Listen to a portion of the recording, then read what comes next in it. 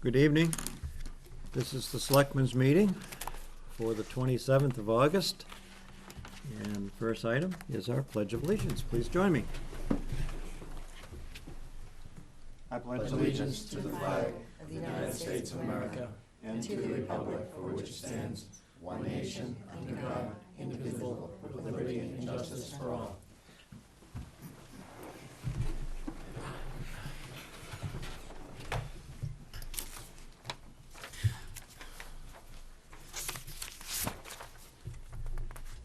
Announcements. First one is Public Works Yeah, update. just a short announcement on the DPW work down on Mast Road. There won't be any night paving done tonight because of the bad weather that's been forecast. Expect to resume paving tomorrow night.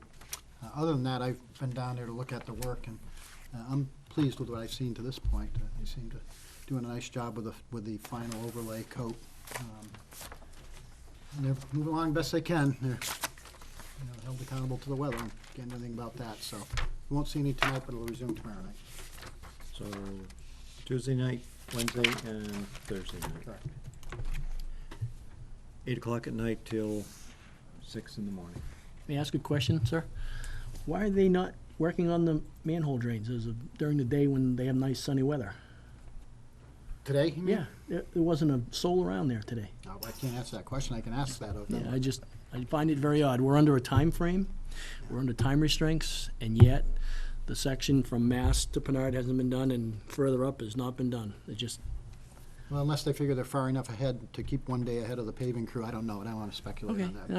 I just wondering, I mean, The paving is scheduled for those evenings, and in advance of that, the various manholes will be raised. The second item on our announcements deals with a memorial that the Department of Transportation is constructing in Concord in honor of Public Works employees who have lost their life while performing public duties. And an announcement has been released from the committee that was appointed by the governor to put in place this memorial for Public Works employees. And I'll read certain paragraphs from the announcement. Has your municipality ever experienced the tragedy of a Public Works employee losing their life while in course of performing their public duties? I refer to employees who maintain roads, water supplies, sewer lines, municipal grounds, and who are those performing winter plowing, often under dangerous conditions. Tragic moments like these are most often remembered with a small New England community, in our small New England communities, by loved ones and local residents. As the chair of the Public Works Memorial Committee, I'm writing to ask that the towns please review your historical records for names of any Public Works employees that have died in the course of performing their duties. Then attached to this is an application form for nominating the name of a deceased employee for recognition with their name carved in a granite memorial on the grounds of the Department of Transportation. And the same letter is asking or providing information about monetary contributions for the tax-deductible gifts that would be welcomed. And I'll just read if you wish to have more information about the Public Works Employee Memorial, the following website is available. It's nh.gov/dot/NH Memorial. And Sue, you've provided me some information earlier this week that the town has gone back through what year? 19 For what? For this for one? Memorial, that we know of no employee. We know of none. Back through what year, though? I didn't do the research Carl did. I'm not sure what year he went back to. I think it's just since he's been here, which would have been like 1995, 96, About around that. there. 95. Well, if any residents of the town know of an employee who, Public Works, who, those who are involved with municipal activities, sewer lines, water supplies, plowing, road construction, who have died, many years in the past, and we're not aware of that in the current generation of our employees, please bring it to the attention of our town administrator. Thank you. Can I just add to that? You mentioned that the location is in front of the Department of Transportation, but the address is 7 Hazen Drive, right here in Concord. So, Well, yes, it's, because many people don't know where the Department of Transportation is. thank you for clarifying. And it is 7 Hazen Drive. It's on the corner of it's the corner of two busy streets right there, Can't but beat it. it's on Can't the miss same. it. Yeah. Exit 14. Hazen Drive and Loudon Road. Yep. Yes, thank you. Exit 14 right off the highway, Hazen Drive. The last public one is health alert concerning West Nile virus. The West Nile virus is transmitted, through a bite of an infected mosquito. The risk to humans is low. In the majority of cases, there are no symptoms, mild flu-like symptoms. If illness does occur, symptoms often appear 4 to 10 days after being bitten. So I'm scanning down to where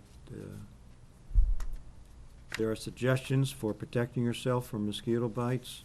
If you're outside during the evening, nighttime, dawn hours, when the mosquitoes are most active, likely to bite, wear protective clothing, long pants, long sleeves, socks, and consider the use of an insect repellent.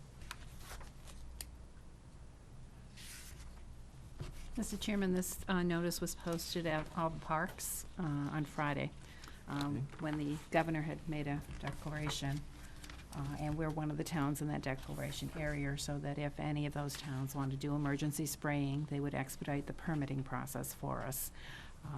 So I just wanted to bring that to your attention, that this has been posted, and it's on the website also.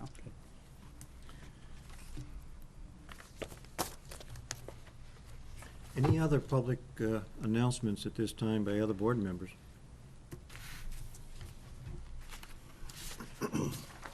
At 6:10, which it is, our agenda item calls for public comment. If there are any members of the public who are here for reasons other than what's on the agenda, you're welcome to come forward for 3 or 4 minutes of public comments. And I don't believe there are any. So we'll open and close public comment. And perhaps there's an opportunity at later in the evening for another round of public comment. We'll move, let's see. Are we expecting other people here for recognition, Sue? Yes, quite a few. So we should wait to the appointed time for that. Yes. Yes, sir? I wasn't sure if I was part of public comment. My name is Chuck Rolacek, running for Yes. Executive Council, and if I was supposed to come at this particular time. Yes. You're welcome to introduce yourself. Understand you're on the ballot of our election coming up. I am. My name is Chuck Rolacek. Please Okay. sit here at the table and make yourself comfortable, Thank you. especially since that's where the speaker is. Just 3 minutes, please. Good. Thank you very much for having me. My name is Chuck Rolacek. I am running for Executive Council District 4 in the upcoming primary 2 weeks from tomorrow. I am a 27-year resident of the state of New Hampshire and a 25-year small businessman in the state. I presently live in Bedford, but I've previously lived in Hudson and in Londonderry before moving to Bedford in 2000. I'm running on a business platform. It's my first time running for public office. I am a small business person, a restaurateur, probably most known for running and operating CR Sparks in Bedford for 17 years and the Event Center. And now I own the Hanover Street Chop House in downtown Manchester. I've been very involved in the community for the last 20 years in various capacities. I serve on the boards at the Elliott Hospital, St. Anselm College, and the NEAF Network up in Concord. And I've also been involved, I've been a former president of the Restaurant Association, as well as New Hampshire Charitable Foundation. I'm, as I said, running on a business platform. I believe my 35 years in business bodes me well for an executive counselor position. It's big shoes to fill with Ray Wazorek leaving after 10 years. And I feel that I will bring a lot of experience managing contracts, managing budgets, and making the governor and various groups accountable in Concord. I feel my experience after being in business 35 years, hiring people, I've probably hired 500 people along the way, and this is a big part of the executive council position. As you know, it's a district of 19 communities. Goffstown's a big part of that, both in population and in importance. And I believe that there's a lot to accomplish in Concord in the next few years. So I'm privileged to have the opportunity to meet everyone. As I said, it's 2 weeks from tomorrow that we have our primary. And thank you very much for this chance. Chuck, thank you for running for your position, and wish you well. Thank you. And It's a we'll lot be- harder than opening a restaurant. Come to conclude that. So, thank you very much. I was aware of, thank you. Yeah, thank you. I'm aware of that several candidates who are on our ballot may want to speak at public comment, and I'll be limiting those people who wish to do that just at the public comment session rather than an agenda item.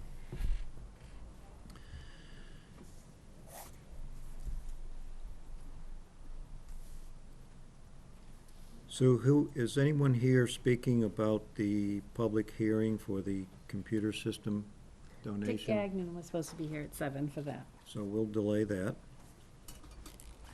And I suspect the fire station is going to take considerable briefing time, Yes. fire station improvement, so we'll delay that.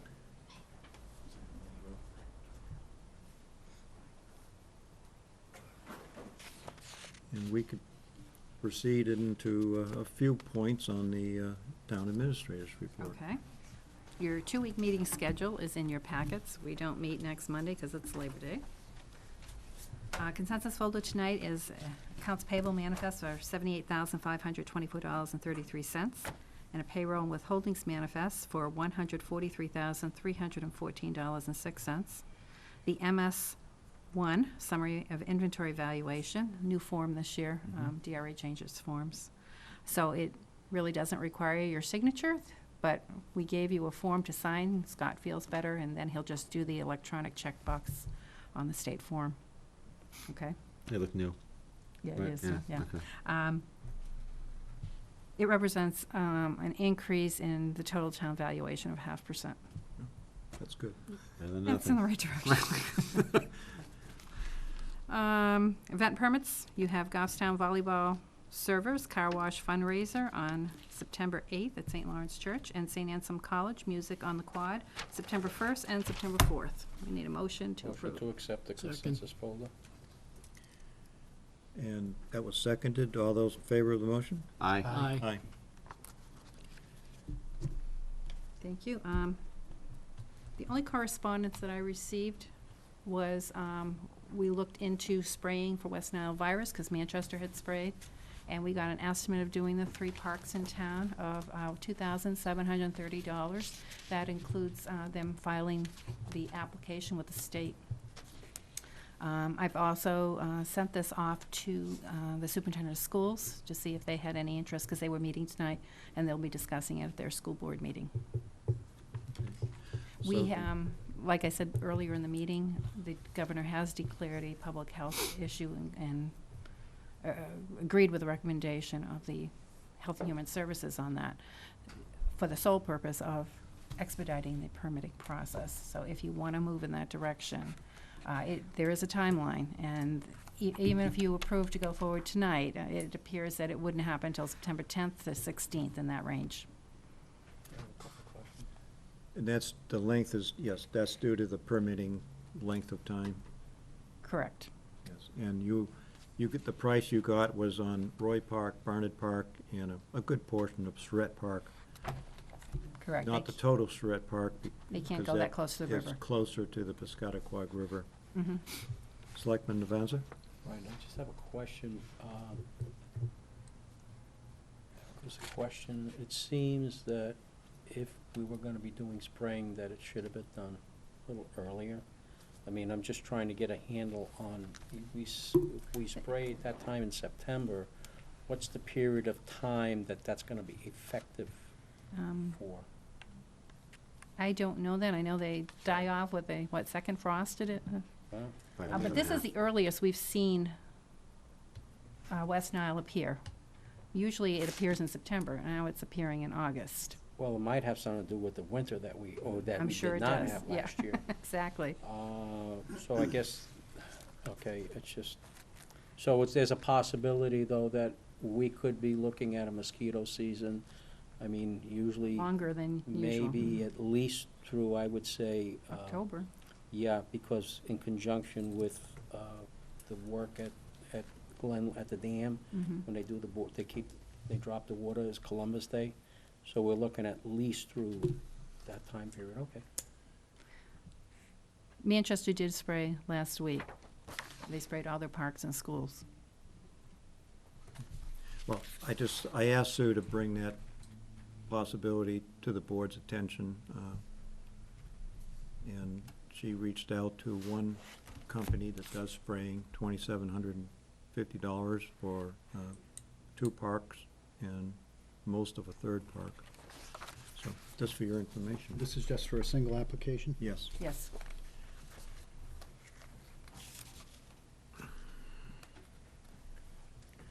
Can I follow up on a Follow couple up, of questions? yes. As far as the spraying, where do they spray? I mean, do they spray, I mean, because I'm sure these are questions that people are gonna be asking, that, especially if they use the park, or their children use the park. I mean, is that where everything gets sprayed? Do they spray bodies of water? Do they spray trees? What They do don't spray bodies of water, no. And as a matter of fact, the reason they wouldn't do all the Surratt fields is they have to be a certain distance from the river. But what do they wind up spraying? The grass, Spray the shrubs, the undergrowth. Yeah. trees? Is there a residual effect to people? They put out warnings, and I don't know if there's a time limit to use the area. I don't know. I agree, the reason why I'm saying is, if I had children that were using the facilities, and the spraying was gonna be on, let's say, a particular day, I mean, I may not want my children in the area, and what I would hate to do is spend the money on spraying, then nobody use the facilities. Yeah. Our risk level is still moderate. The city is the high level, but all the abutting towns are at moderate risk right now. Thank you for bringing that information to us, Sue. I can get the answer to Phil's question in terms of how long the spraying lasts, but we don't meet for 2 weeks now. Yes. I'm gonna make a motion that we proceed with the spraying. I think we should have a vote on it. I think this is more of an unusual case. I think it is 2 to 3 weeks. In terms of time, usually it is in September. And I think from a liability perspective and for a public health perspective, I think it is worth the $2,000 for us to spend on this with respect to our parks. We're gonna have a lot of kids playing soccer at Surratt Field, a lot of kids practicing football and other things at Barnard Park. I think it's worth, I think it's a $2,000 good expense for precautionary reasons. And, you know, we did have a child who had West Nile in this town. We shouldn't forget that. Granted, I think it was on their own property, but I think this is, you know, money well spent. I'll second that with, that motion with a comment. I guess a question, actually. When they spray, when lawn maintenance companies spray, they'll put up a sign that says they're sprayed on this date, avoid contact for a certain amount of time. Is that the case here? Does anybody know? They spray on a Monday, they say you need 48 That's my hours question. before you can. Back to her email. I'll read some information that came from the company that provided us the information. It takes roughly 1 week for us to complete the special permit application and deliver 5 copies to the state. The state will then take a few days to review and generate a conditional special permit. Then the public notices go out to various news organizations, TV, radio, newspaper. They're posted at the sites that will be sprayed, sent to appropriate individuals who use those fields, the select board, schools. They also notify beekeepers if they have sites close to those fields. And the actual date of spraying is based on weather report and the crew availability of the company doing the work. The state usually gives us a verbal okay or an email okay on the day of the spraying. If we were engaged in this probably tomorrow, the earliest that this particular company would be involved is between the 10th and 16th of September. I did talk to Tim Susi, and he said they had 4 crews go out, and they had it done in 5 hours in Manchester. And they had quite a long list. I still don't hear the answer to my question. My question was, is the public advised to stay away from those areas for a certain amount of time after the spray? I think that would be what the public notices was that he read, and they're posted at the site and sent out to the newspapers. Okay, thank you. Be similar to what you saw in Manchester, because this is a company that did Manchester. Okay. Is thank you. there, Question. yes, go ahead. Where we're gonna get the money from? My question. Sue, question is source of funding, which budget? It will come out of health, and it will be overspent, but the bottom line for admin will not be overspent.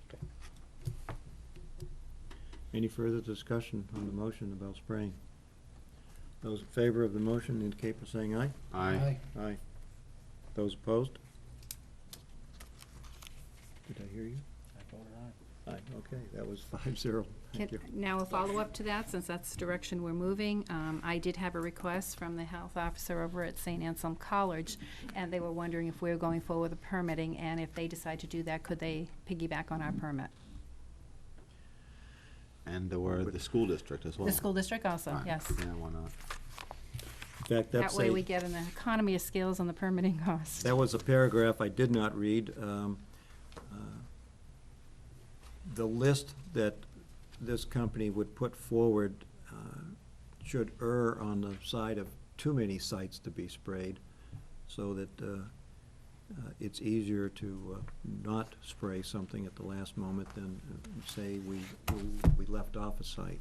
And if you're gonna open it up to an entity such as St. Ace, then I would think that maybe your other private fields in town, maybe the Villa, Lions or the Field, the Villa, Villa Field, any of them that are gonna be used, In those cases, those organizations they would have to Yeah. pay their share.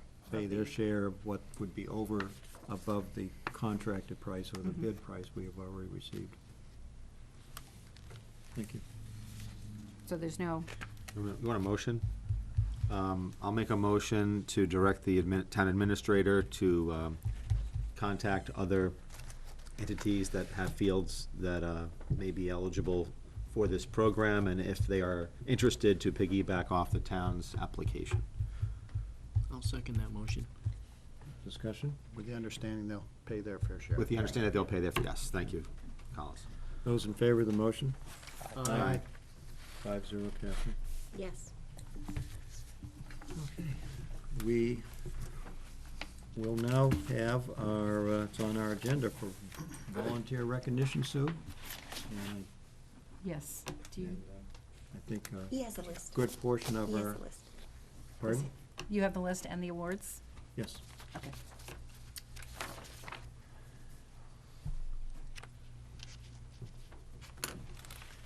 This board, a few months back, decided that we would like to honor people who have served for a number of years on town committees, commissions, and boards for their contribution of serving, and then they have stepped down after a number of years for whatever reason they wish to step down. But we'd like to honor their commitment and support of our town. And this evening, we'll be recognizing several individuals and for such contribution of their time on various boards, commissions, and committees, or councils. And we have, I'm going to start at the first level of recognition. And we have two people who have served from, is it 3 to 6 years? I believe, yes. Yes. Excuse me while I get my supplies up here.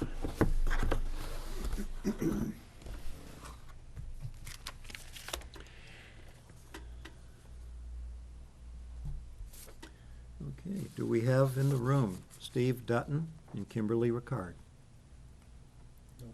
No. So I'll read these. Awarded to Steve Dutton for dedicated service on the Gulfstown Planning Board. The period was 2007 to 2012. Signed by all the selectmen. Kimberly Ricard, for your dedicated service, Gulfstown Conservation Commission. 6-year period from 2006 to 2012. Conservation Commission.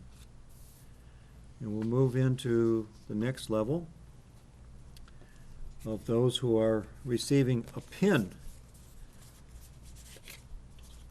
And this is for contribution to on committees, councils, commissions for a period of 6 to 9 years.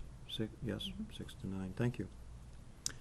Is Ryan Casey in the room? Okay. 7 years of dedicated service to the Cable Access Committee. Al DeRusero. Yes, thank you, Al.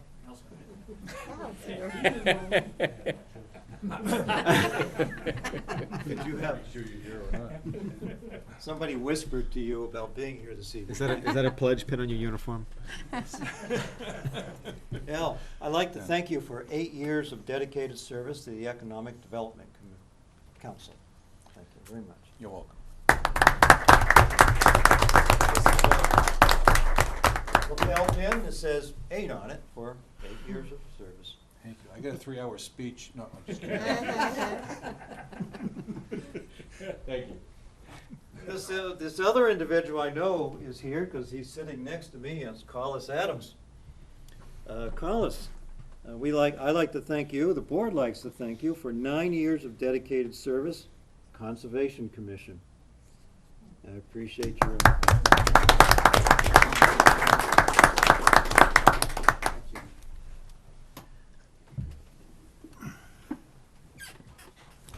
You didn't know that was coming I when did you not did know that vote, was coming. when you voted in favor of the award. Had I known, then would not suffice. Modesty. And now I'm very pleased to present the last one here this evening to Sue Tucker. So.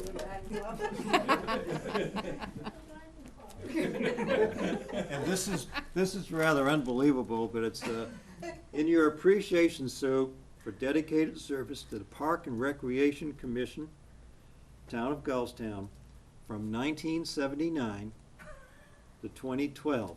And the mathematics says that was 33 years. I'm not that old.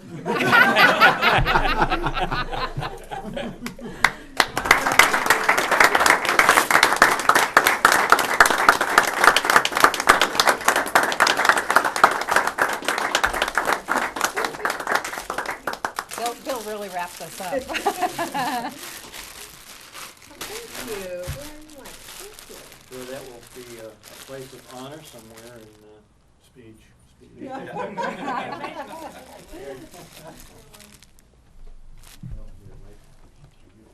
Now, Al, she gets to give a 3-minute speech. What are you doing with your newly found time now? I have lots of other activities that I'm still a part of. All I can say is thank you very much. It has really, it's been my honor and privilege to serve with David and Rick and all the board members. It's been a lot of fun and a lot of satisfaction. And it's great to have a board that has been very supportive of our department. In 33 years, you've seen lots of changes in the park and recreation opportunities through the town. And great It's been that you've great. been part of that commission doing that. Thank you, It's sir. been really fun, really fun. Thank you. Thank you.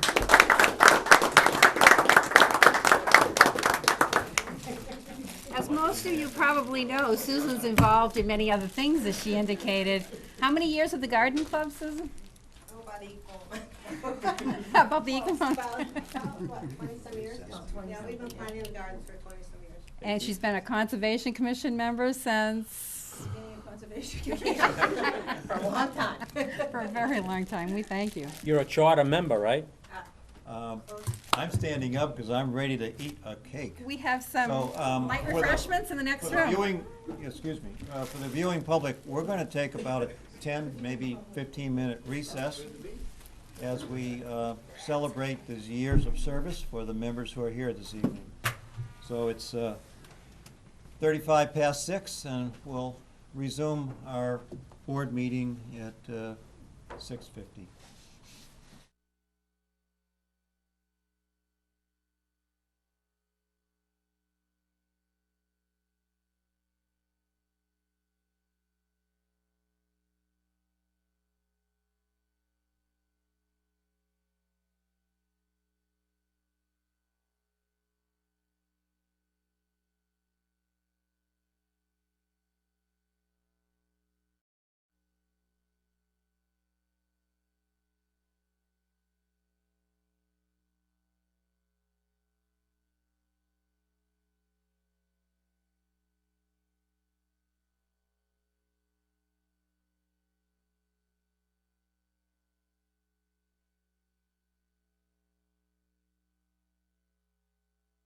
Bar. Oh. Pasta He station. wants meatballs. No, He wants meatballs. meatballs. You want it. Yeah, how many years you have been? Yeah, how many years do you have in, Phil?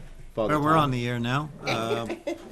We have resumed our Selectmen's meeting, 27 August. We have taken a short recess to celebrate with the people who have been recognized for their volunteer contributions to committees, councils, here in the town, years of service. I'd like to spend 5 minutes reviewing our minutes from previous boards, and then we'll go into the 7 o'clock public hearing. And then after the public hearing, we'll hear from the fire chief on the fire station improvement. So, in our packets were the 13th of August, so I'll start there. 13th of August. Any motion to accept those or change? Motion to accept? Second. Changes. Have noted in. Call for a vote on the minutes of August 13th. All those in favor? Aye. Aye. 5-0. Thank you. The next one that was in our read-ahead packet was the 20th of August. And those were public minutes, public session minutes, 20 August. Selectman Lemay, you were not present at that one. I will abstain. Motion to accept those minutes and consider revisions. Motion to accept. Second. In favor of the motion to accept these minutes, indicate by saying aye. Aye. Aye. Just for the record, just say there's a typo on page 9, maintenance. Oh, page 9. Yeah. Okay, I'll find it. Okay. It's one of the headings. Oh, it doesn't spell check on caps. Okay. That's my favorite mistake. Distributed this evening Evan. were minutes from the 6th of August. And the board members need more time to review those, or want to take up that item to now? I looked at whatever I needed to see. I'm satisfied. I'm ready to go on it. Thank you for your motion to review those minutes, Selectman Lemay. I think both Scott and myself I are wasn't here. okay with it. I'm fine with it. You were absent? No, I'll second the motion. Second by Costa. That's come down to you. I was waiting for that one. Yeah, okay. That's because Selectmen Gross and Devanza were absent from the 6th of August. So, those in favor indicate by saying aye. Aye. Aye. Abstaining? Yes. And two abstaining. What's a no vote? That's a 0. Were you voting nay? No, but you didn't call it. You abstain? Yeah, but you didn't call the no vote. Oh, well, I didn't. There was, He went out of order.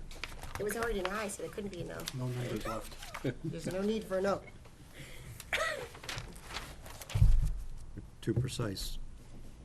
Okay, minutes are out of the way.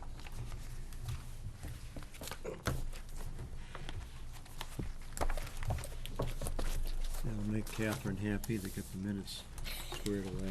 A lot of work, you see what it is. Public hearing. It's now 7 o'clock. We'll proceed into a public hearing that's been scheduled by notices. And pursuant to RSA 31:95-E, the Selectmen will hold a public hearing tonight. It'll be August 27th, 2012, 7 PM, Town Hall, to accept a donation of parts and labor from the firm RCI Computer Systems of Bedford, New Hampshire, totaling $8,400 for the repair of a Gulfstown TV server, computer item. And that notice was in the Union Leader, published on the 13th of August, page C9. Same words that I just read. So, at 7 o'clock, the public hearing is open for, well, open for comment. And Sue, can you add any background on this, please? No, they just had some major issues last year at GTV, and the bill was $14,000, and actually, they're discounting it, $5,600. The total of the 3 items that were, they would like to install and donate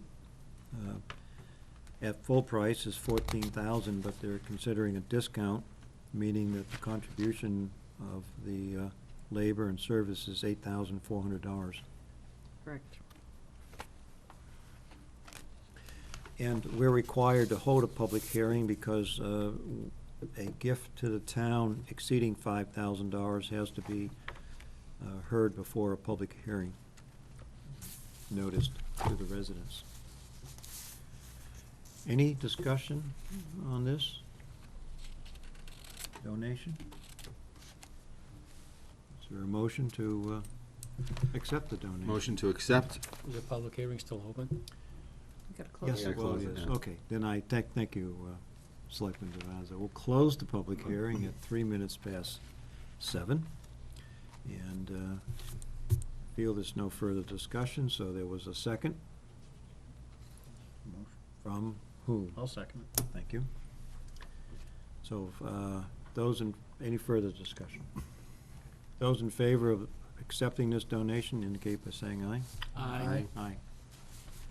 And I would assume that we would send a letter of thank you to this, Yes, he this was company? looking for a letter, Yeah, yep, okay. that it was approved. Signed by the board. Thank you, Scott, for recommending that. That'll be in our packets next week, Next week. 2 weeks. Shoot. Thank you. Okay. Chief O'Brien. Our fire chief, and you're making a presentation on the Fire Station Improvement Committee a report from that committee.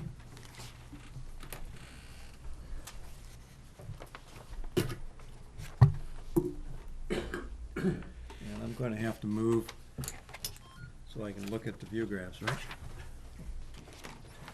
I'll move over. Give me a moment, no. I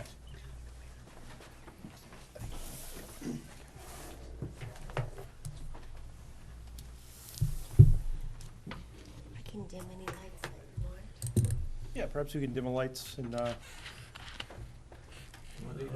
This, hopefully the cake won't. Catherine, put the middle one on. Okay, sure. Thank you. Is that good for the TV? Or do they have that access to, Andrew's good, he's giving me the thumbs up. oh, okay. He's focusing on the screen. I'd like to hand, I'll pass around some of the PowerPoint presentation, so you can view it in that angle anyway, if you miss it. And I hope each of you received a copy of the report in your packets, I believe. Yes, Yep. yes. First of all, before I get started, the first thing I'd like to do is thank the members of this committee who volunteered their time and efforts, and I feel it really made a difference in creating a comprehensive report that could be understood by anyone that's in the fire service or even a layperson back viewing at home.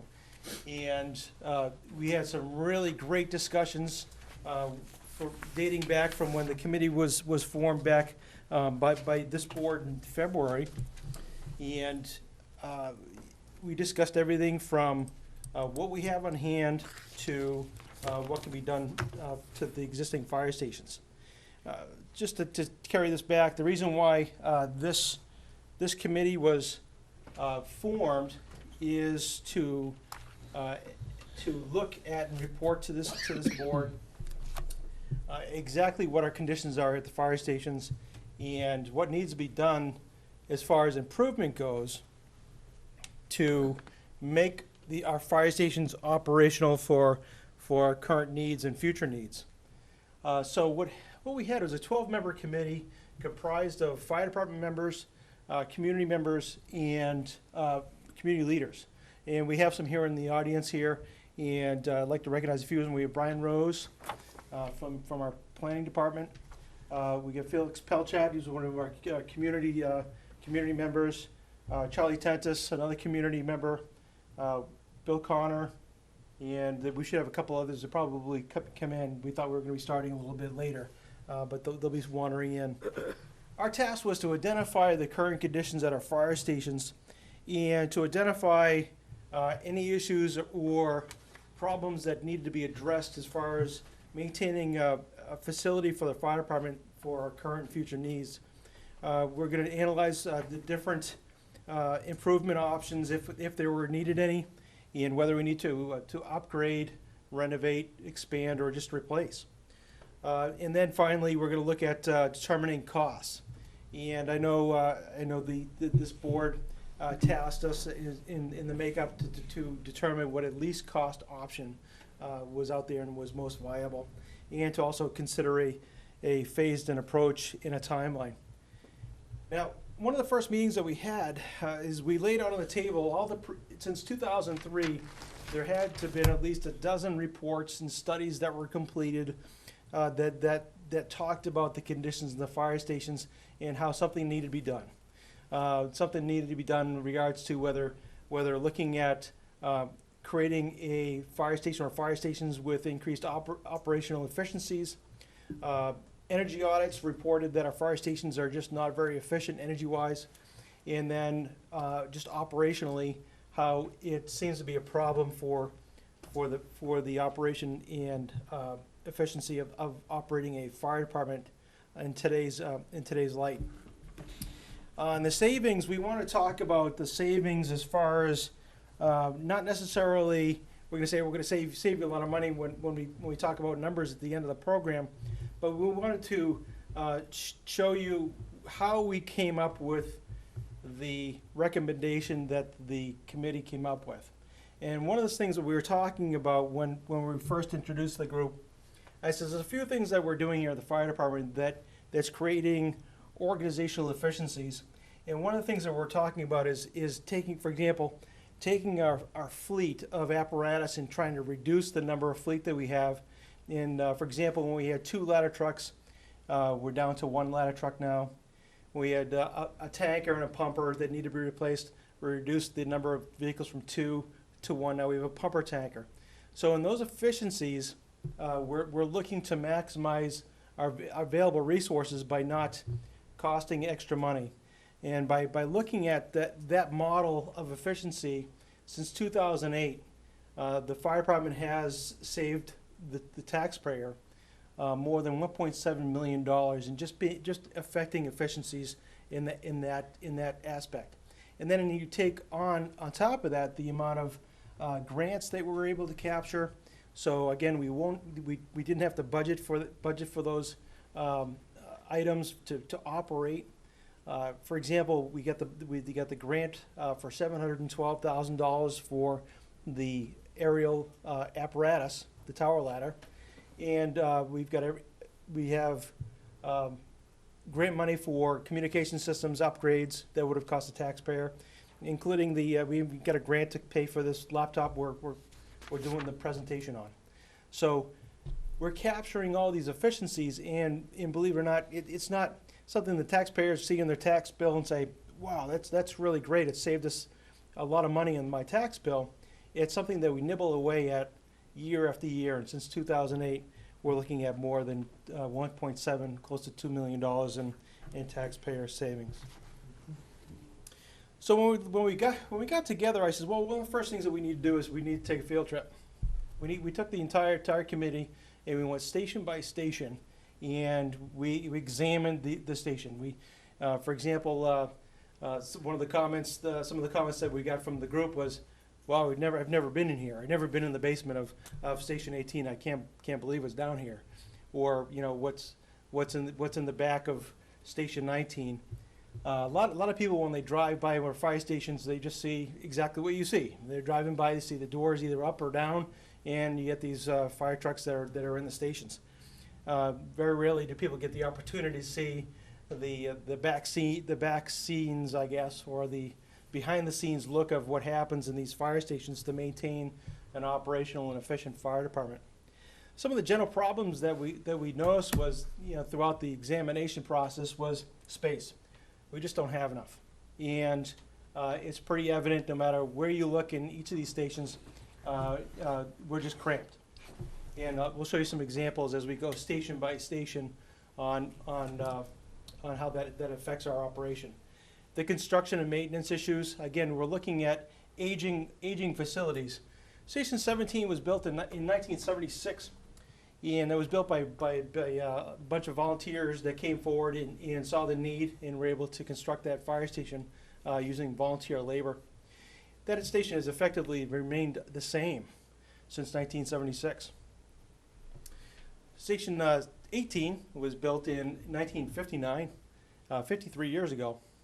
And again, this station is relatively the same the day that was built back in the 50s. Station 19 was built in 1969, 43 years ago, and again, that hasn't had any significant renovations done to it. Over the years, a lot of times we've looked at replacing heating plants, furnaces, and so on. That we replaced as needed, roofs as needed, and of course we're able to get like the Hillsborough County Corrections Department to help us out by painting the stations, and again that saves us money also. So when you look at these stations, it's kind of interesting to look at when they were built back. Say we'll even look at the 70s when Station 17 was built. They were built for the equipment and apparatus that was geared for that day. Again, there was some forethought and forward thinking in the folks that did design these stations that appeared that they would hope that these stations were designed and would last for decades. What's interesting that we saw was the fact that there's one thing that puts a lot of stress on these facilities is the use. And for example, if you had a stadium that you used every day, a baseball stadium that you used every day, but never really did much improvements to it or upkeep, it wouldn't take long before that stadium would become very worn down, and you would see ongoing space issues and problems with it. Similar to here is, for example, I want to throw this next graphic up, is, for example, looking back in the 1970s, the amount of responses that the fire department handled back in the 1970 was 130 responses. 130 responses. And now looking at these stations doing what they need to do and affecting the stress of day-to-day operations, now we're looking at over 2,300 responses in 2010. And our call volume typically increases 3 to 4% annually. So our call volume is not going to go down, and the stress on these facilities is always going to be there. One of the biggest problems that we experiencing day after day is the fact that our size of our apparatus is not getting any smaller. We tried to find some historical photos that we could show you a good example of. There is a photo out there of Station 18 with the 1930 Seagraves parked in where you see the ambulances off to the right. And it fits great. It fits perfect in there. But modern fire apparatus has grown tremendously. I don't think anybody, when they were building Station 18 back in the 50s, thought that fire apparatus could be 12 feet tall, 13 feet tall, and 10 feet wide, 11 feet wide. They could probably never imagine that. There was no chief that probably alive that then would have said, no way, there's apparatus that could not be 49 feet long. Well, guess what? We got a ladder truck that's 49 feet long, and where do we put it? So that was a problem. So now you get an example of the apparatus door size compared to a fire station up the street here in Ware that has a 14-foot wide door and a 14-foot high door. And that is the standard in the industry now when you talk about fire stations. And what we currently have is door heights that are 11 feet. And we'll talk about what happens when you have to deal with this kind of hurdle and restriction when purchasing apparatus. And in fact, we could probably talk about it real quick right now. If, for example, when we were looking to get the grant for the tower ladder, and when we were awarded, we had to move forward pretty quickly in order to take advantage of that grant. By doing so, we had to go out to bid, and one of the obstacles was for many manufacturers was to create a truck or build a truck that would fit in our station, and this was a customized built truck, and we were held to the option of we had to get a mid-mount tower ladder. And there's actually several vendors that bowed out of the process because they just couldn't build a truck. They didn't have a truck designed to meet our needs. We're fortunate that several manufacturers were still left on the list, including Pierce Manufacturing, and they were able to build a truck that meets our needs. It's a fabulous truck. I think it'll be great for the community for decades. But it comes with a price. For example, if we were to buy a standard tower ladder with a typical 12.5-foot height on the vehicle, it had a price tag of approximately $800,000. The price tag for our vehicle was just under $1 million. So it cost the town an extra $150,000 just because we have this restriction on our station. That's just one example. So I'd like to just jump into each station and kind of overview what the committee discovered and thought that there is a significant issue that needs addressing. Here's Station 17. It's on Charles Hill Road. Again, it was built back in the 1970s and by volunteers. And it's a 2-bay station, and it has limited cruise quarters where it's got an office. It's got a very small kitchen. We'll show you the picture in a minute. but was never designed for any overnight use. It's designed for we call a call force that would come in during a call, take a truck, and then respond to the call and return. Here's an example of, this is our engine 4. Just to give an example, this is the only engine that we have in our fleet that'll actually fit in this station. We do not have any other engines that would fit up there. We're very fortunate that we're maintaining this truck as long as we can, because as long as we have the door sizes that we have in this particular station, we need to maintain engine 4 because it's got, again, the lowest profile and height of any vehicle apparatus that we have left in the fleet, and it's gold to us out there right now. Here's an example of, as we back this vehicle up, it just show you how even this low profile vehicle, how close it comes to striking the overhead door in the overhead facilities. This is actually a furnace, and with it parked is about as tight as we can, so we can close the doors. You're within a foot of striking the ductwork in the apparatus area. Here's an example of Station 17. It's a 1970s vintage kitchenette. Again, our crews will be stationed here during some of the like say snowstorms or larger weather events that are like disasters. Some of the ice storms, it was critical to have this crew staffed out here to maintain services out in that neck of the woods of town. So it's critical, and this is the accommodations that they have. This is the office as you go in the front door. This is pretty much it. We call the crew area where they do crew training, or if they have a meeting. This is what they have to deal with. And then you have a door right here that goes out into the apparatus bay. There is a bathroom there with a very small shower. Again, the accommodations are very minimal. Again, our apparatus doors are too low. We have energy efficiency problems out there. There's very little insulation out there. And as many of the energy audits that came back say Station 17's is one of your worst offenders in town. Your heating systems are inadequate. I call systems because there is 2 systems in there. We have one for the apparatus bay, and it wasn't adequate for the office area or the living area.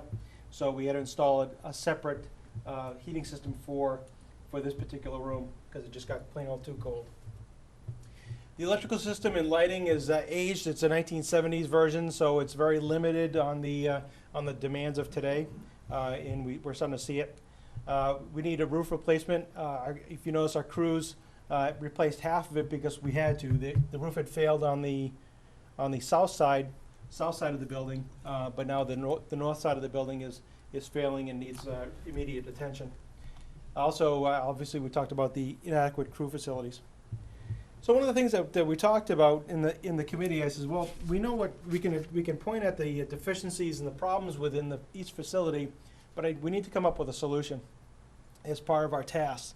So the committee came up with this following recommendation: is to convert the existing apparatus bay into an office and cruise facilities. Again, taking the efficiencies the organization kind of like inherits and lives by, is taking what we have and see if we can improve on it.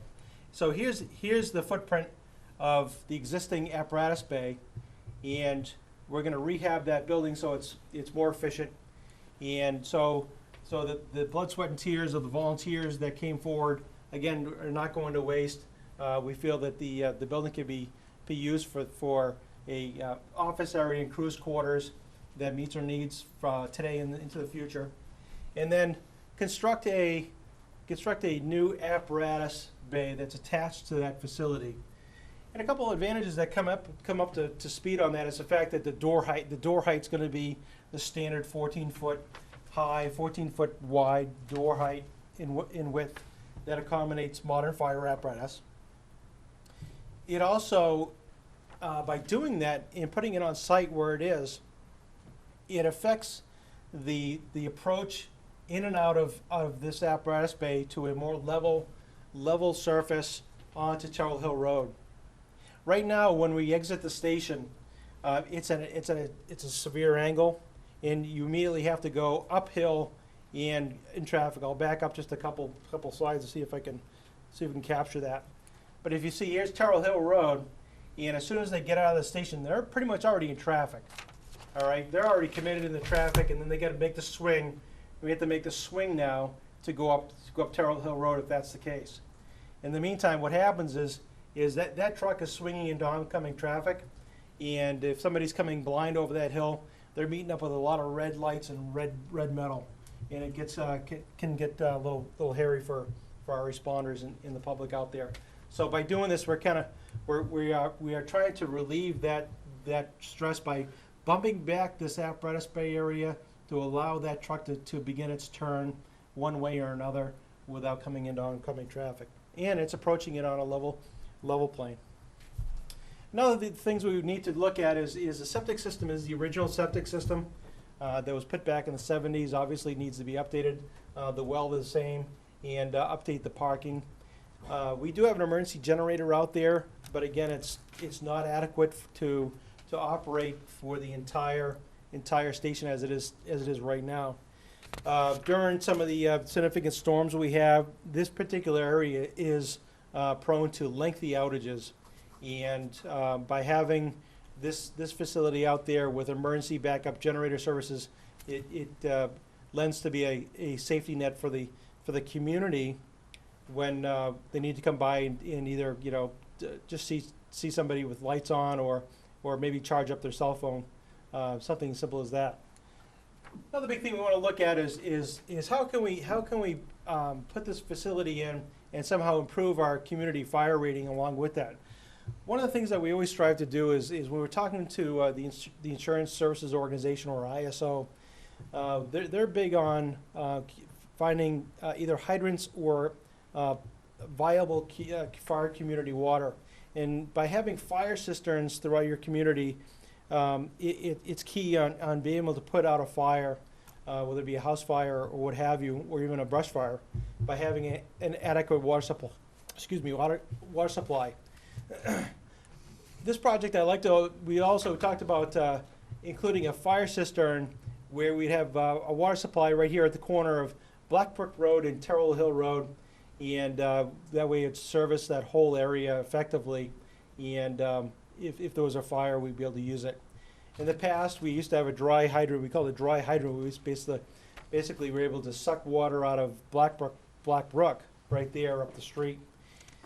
But unfortunately, with the dry seasons that we've had, that water is not available probably 6 to 9 months out of the year for that reason.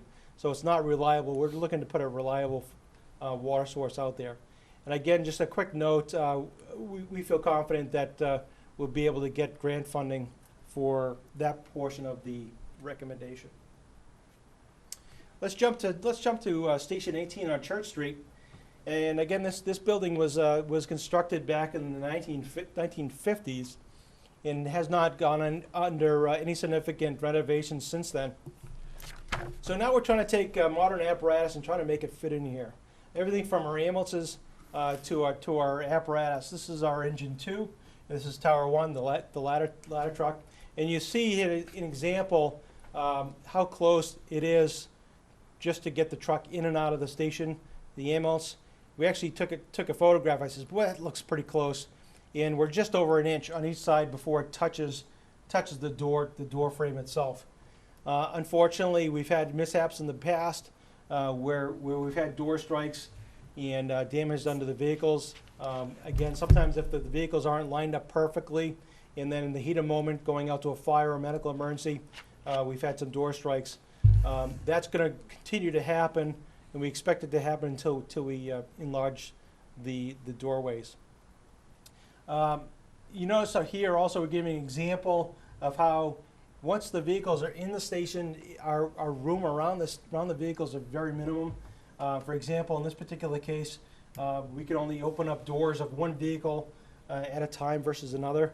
So if we got a crew working on Tower 1 and they got the doors open, you just can't open engine 2's doors because they strike and create damage. Here's kind of like the backside view, or the more views of that how tight it is. Here's an example of ambulance 1, and again, we get less than a foot clearance foot clearance when it comes to backing that vehicle into the station. Again, another example of the mirror almost striking, and then looking how we have to stack vehicles to make them fit. This is the forestry truck. This is Immel 3. And if you notice these yellow hoses, this is that new Plymouth vent system. It's a vehicle exhaust removal system that we got under a grant. It was recently installed. The system works great. It's removing all the toxins and the carcinogens when the vehicles are started up. But again, it's just another item that's making us even more cramped. Let's go into the administration office area of the station at Station 18, and this is the entrance. This is the main door when you come in. Say if you're coming in for a question for Lieutenant Connor for fire prevention, or if you're coming in just for a burning permit, this is what you're greeted with. This is kind of like the view from my secretary's desk, which is right over here. Nice flowers, and looking back, this is Captain Tower, the training officer, and again, we have to put a lot of our office areas together just to fit in the space and make our operations work somehow. It's very cramped, it's very distracting, and it's not an optimal work environment whatsoever. Over here on your right, you'll notice that there's like a desk. That's our on-duty folks have to do their fire reports in EMS, medical reports, patient care reports via computer. Everything is computerized, and we because we do not have much desk space available, we were forced to put a workstation in the back hallway. This is actually a hallway that takes you out to the apparatus area, and this is their work spot. This is the back hallway on the left here. This is the back hallway. This is actually an emergency exit going out to the back door. This is the men's room, and my office is next door. And this is where we keep all of our protective clothing for the firefighters. And it's not by choice. It's obviously this is the one area of the station that's left that has the room, and we're able to put these lockers in the hallway. The problem we're having is when we have a call and the firefighters are trying to get dressed, often they're banging into each other, and this poor soul knocked a tack off the wall, and hopefully it's not sticking into him. But this is a typical scenario when we have a call, and unfortunately we do our best and try to get out of the station as quick as possible. Heading over to the right a little bit, this is an example of what we have. This is our hose tower. The bottom of our hose tower at Station 18, it acts as a hose tower where we can dry and hang hose. It also acts as a flammable liquids area, and also it acts as a electrical service area for our generator. It also acts as a slop sink for our mops and brooms and our decontamination area. For example, if we have medical equipment that comes back that's been contaminated, either from an accident or a medical emergency, this is where they do that. Again, it's not optimal, and it's getting to be problematic. Going all the way to the right shows an example. We have single pane windows in the apparatus area. They're not very energy efficient, and we constantly hemorrhage heat out here. And then down in the lower level of Station 18, again, our firefighters are always looking for places to study and read up on material, and this is an example of a desk that we have down there for they can do some studying. Recommendation. Okay. The committee came together and decided, okay, for the same efficiencies, let's just try to utilize the existing structure as much as possible and add upon it so it meets today's needs and future needs. So what you see in shaded areas is the additions. So you would upgrade the administrative and office training areas, giving us a little bit more room, have some offices to work from, and to build a 2-story addition to the existing station. It'll be on the right as you look at it, to meet the operational demands. What that does, again, with the 14-foot doors, the 14 high doors, we give 2 bays. Again, putting our engine and the tower ladder in there into an environment where we can minimize door strikes and we can get the get the crew and the apparatus out responding on calls in a quicker fashion. Would also include improving electrical, plumbing, and HVAC to meet code and facility demands. Right now, for example, we do have an air conditioning unit in Station 18, and whenever the temperature goes above 84 degrees, it just doesn't do the job. It just it cannot keep the demand of the heat and the cooling, and so a lot of times we'll have to put a air conditioning unit in one of the windows in the kitchen, for example. Obviously, we want to improve on the heating, the windows and insulation, and we want to.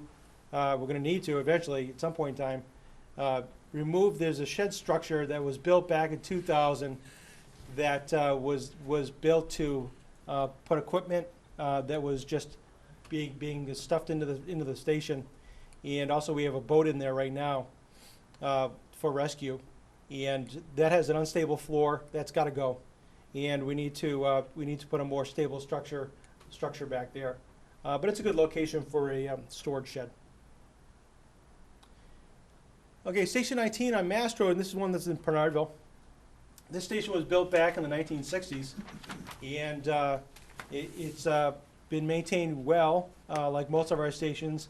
But again, it's showing that the day-to-day demands are starting to stress this structure also, and we need to upgrade it to make sure it's operational.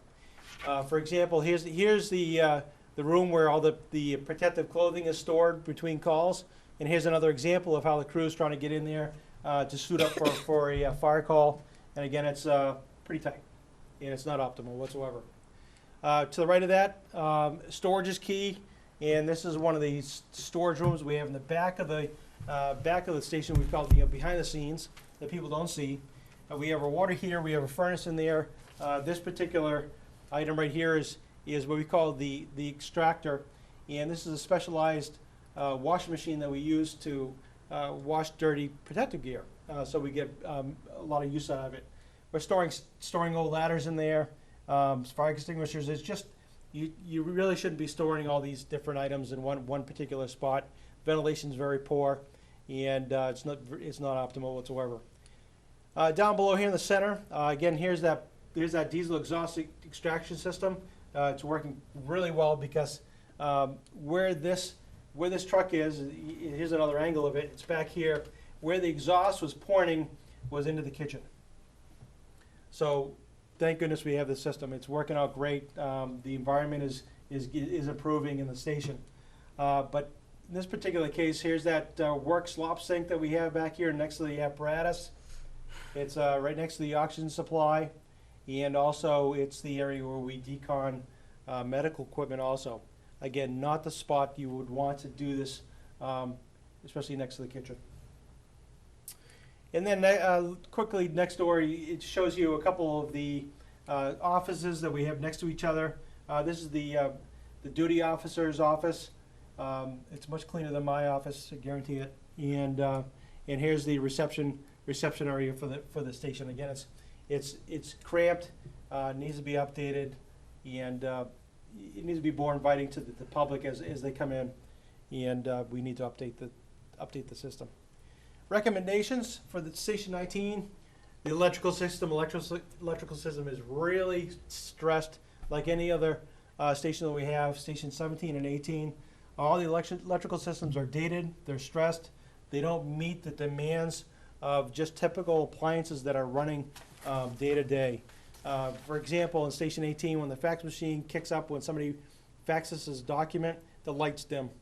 In Bill's office, of course, but he enjoys that. So plumbing is vintage to when the building was built. HVAC needs to meet code and facility demands. Station 19 has a unique opportunity where we have natural gas available coming from Mast Road, and it's something that's never been tapped into as a source to heat the building, and it could be a savings down the road for the town as far as heating use and costs.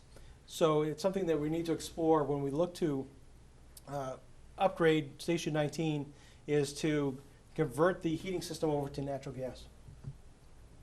We need to upgrade the office areas, like I said, and training areas. Again, this particular structure has a large training room on the second floor, and we're able to train the crews because it has the largest crew. We have approximately 70 members on the department right now, and this is the only location that we can actually physically do classes and meet our needs there. This facility also has a roof issue.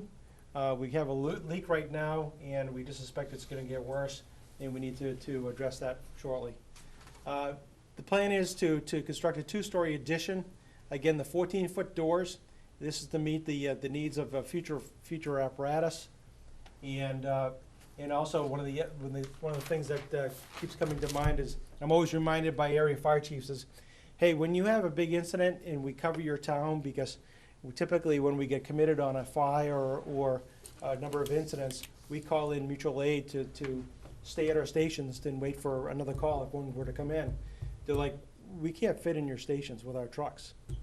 And we're actually talking with the Bedford chief. A lot of times we'll have a ladder truck come over to stage here at Station 19, but in the wintertime you're leaving this expensive apparatus that has a lot of hydraulic issues, and we're leaving it in the cold, and it's just not optimal. And plus, if it's raining or you get an icing condition, now your ladders are icing up, and if you had to use them, it's just way too dangerous for firefighters.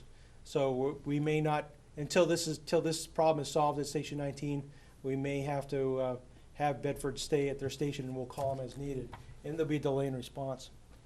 Upgrade the backup generator system to be adequate to, again, for the entire station. It sounds like a broken record, but it seems to be a common thing that we're talking about here. And our goal is to improve energy efficiencies by replacing walls, doors, and insulating as we go. Each of the station, more or less, is you're adding approximately 3,000 square feet of workable either apparatus area or living area or crew area or operational area. And when we talk about numbers, it really isn't fair to sit there and go, okay, well, you're only adding 3,000 square feet of space. It should only cost you this much because it's $200 per square foot. But when you're addressing all the other issues that go along with the existing station by upgrading lighting, electricity, HVAC, plumbing, that cost per square foot doesn't really match up. So let's talk about our budget. The committee looked at this and we talked to a couple of architects to try to give the committee a firm idea of how much it's going to cost for projects like what we're looking at as far as our recommendations go. And they were very helpful and the fact that they were able to help us without charging us anything. So I appreciate these firms that came forward. And they looked at Station 17's recommendations, and they said they feel confident that what was recommended by the committee could be achieved with $1 million. Station 18 could be achieved. These are today's dollars, by the way, by achieving with $1.6 million. And then down the road, when we looked at Station 19 rather, because you're looking at adding simply a apparatus bay and some modified facilities on the second floor, you were looking at $785,000. So for the 3 stations to modify them and improve them to where we need them today and for tomorrow and for decades to go, the group came up with a $3.385 million price tag. And one of the considerations, and we talked about this significantly, and I appreciate the help from both our representatives from the Board of Selectmen, both the Selectman Gross and Selectman LeMay were at these meetings, and Peter Georgantis from the Budget Committee gave pretty good insight on financing options and perhaps where, what might be viable as far as funding goes. And the group came to a consensus that a single bond to fund all fire station improvements would be in order in this particular case.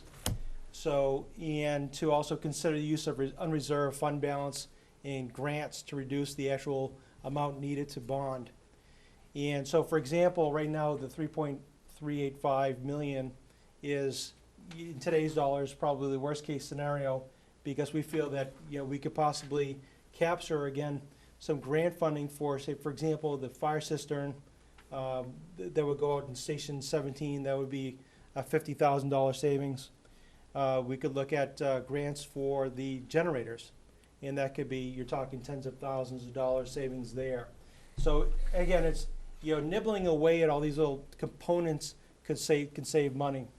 So let's talk about timeline.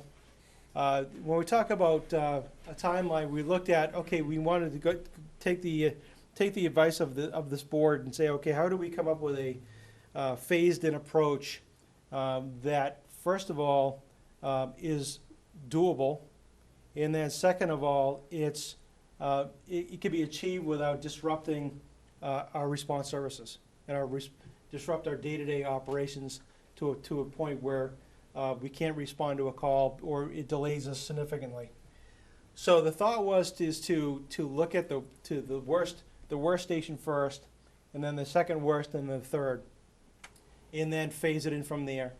So the recommendation and the consensus from the committee was to attempted to get a bond approval for the fire station improvements in 2013 through the voters.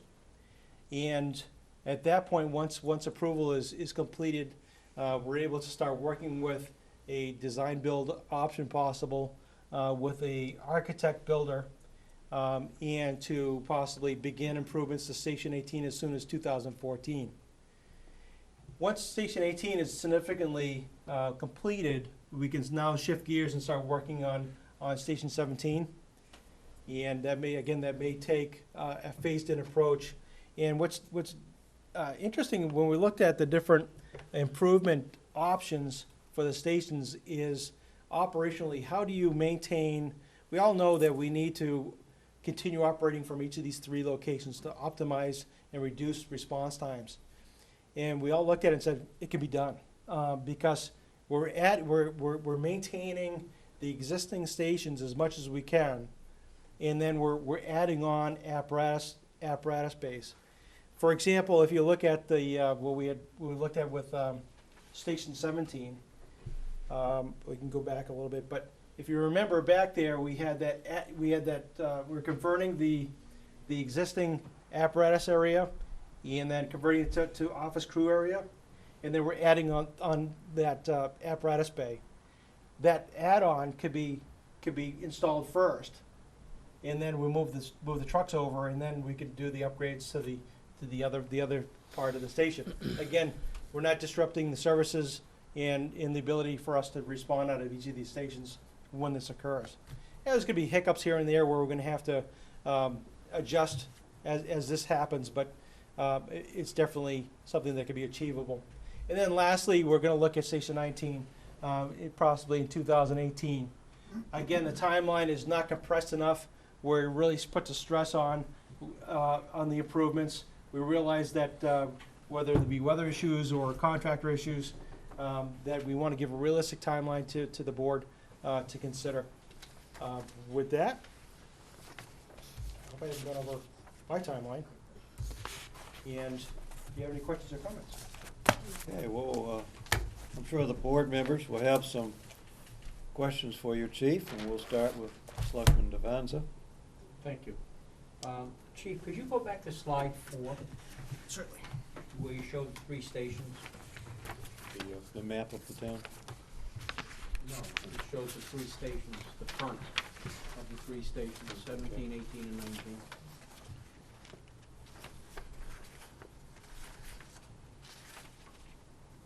That's right. You're mentioning the heights of the doors as 11 feet. The thing that I wanted to, it's both a question and just some additional information.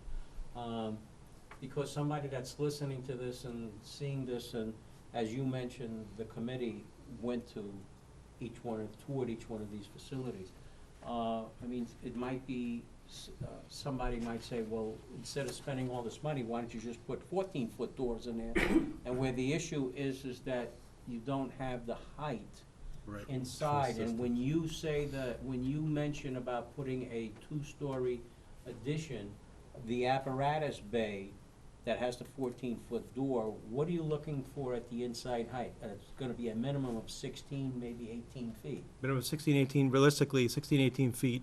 Again, a lot of our equipment now has equipment bins that are accessible from the top of the vehicle, and weather permitting, the crews have to check that equipment every day, and there's no possible way that they can check that equipment without pulling that truck out into the weather, and then they have to climb in. So you're right, like, for example, with 18, Station 18 here, there's no possible way to put a 14-foot door or opening in there without raising the entire roof structure. And when talking to the architect about that, he says he didn't recommend it because once you do that, you're going to have to rebuild the walls to meet code, and the extra weight and stress on that structure. He says to gain the efficiencies out of that existing structure, he says leave it the way it is or modify it gently. Okay, thank you. Yes, Selectman Gross? I just wanted, if I could, not so much ask a question of the chief, but just kind of fill in some things as well. Just to give, for those of the folks that are watching on TV, just give you a little bit of background as to the community of Goffstown, and looking at some of our facilities and overall. The library had a renovation, put in an elevator, and that was a decade ago. If you look at our schools, we built a new kindergarten facility. Mountain View Middle School is 20 years old. Our high school was renovated, 6 years ago, I think. There was a renovation to Maple Avenue School about 20 years ago. Bartlett was an addition put on, and there is a need for both Bartlett and Maple Avenue. We'll talk a little bit about that later. If you look at our police station, we put an addition on our police station. Town Hall has been modest renovations. Inside, new roof was put on. When you look at our fire stations, there really hasn't been anything done to our fire stations in probably 30, 35 years. And when you look at all of our town, when you look at town and school facilities, the fire stations have been the buildings that have gotten, pretty much no attention with respect for infrastructure, whether it be HVAC, mechanicals, and just the space needs. So I just wanted to kind of highlight on that. What wasn't mentioned is we have been looking at our fire stations and our fire operations for a decade.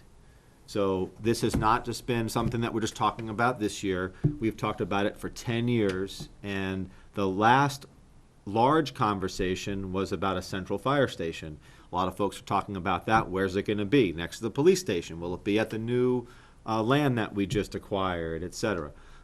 When we explored that last year, the year before, we were looking at, I believe, a price tag of around $7-8 million, right? 2009, it was $7 million. Okay, so. and that was for a central station, and that would not alleviate the need, that would not allow us to shut down some of these other stations, because due to response times, we would still have to keep at least 2 of these of the 3 stations. So the Board of Selectmen at the time, and working with Chief O'Brien, said, okay, the town cannot afford a $7-8 million price tag and then have to still refurbish 2 of these fire stations. So that's why this committee was formed. So just wanted to give everybody a little bit of a history on that. So when you look at, again, I want to just highlight what the chief stated from the beginning.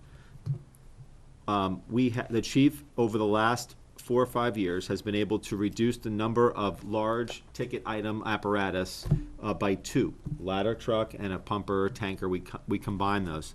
Significant savings, was able to secure a grant. We've also gone 7 by 12 service, which is both fire and ambulance. A lot of our services nowadays is ambulance, and response times are very, very critical with regard to that. When the chief talks about the ability to have people or crews stay in some of these stations, it's not just sitting around waiting for a fire. It is, a lot of that is EMS, paramedic response, and that's critical. We have folks that stay overnight, and the calls, as you can see from the charts, they are increasing all the time. And I think sometimes some in the community think of it as a fire department. It's really an emergency services department. We have a lot of phone calls and services that we provide that are not just structure fire related. It's whether it be fire prevention, ambulance, et cetera.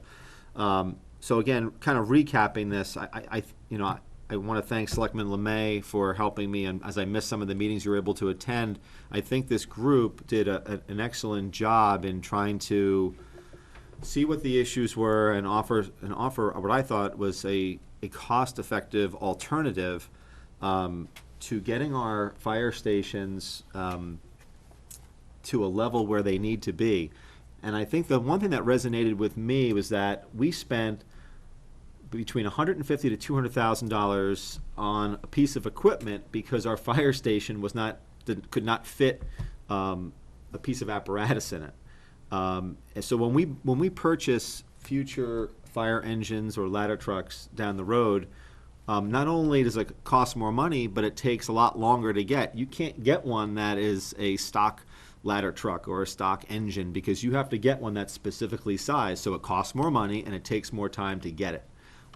You don't get an opportunity to get, I'm not saying we would ever get a used piece of equipment, but you never know, whether it be they call it a dealer model, a demo model. Again, we won't be able to get those because we need to get them specially customized for our fire stations. And last but not least, I know that we did talk about how are we going to pay for this and staging it, et cetera.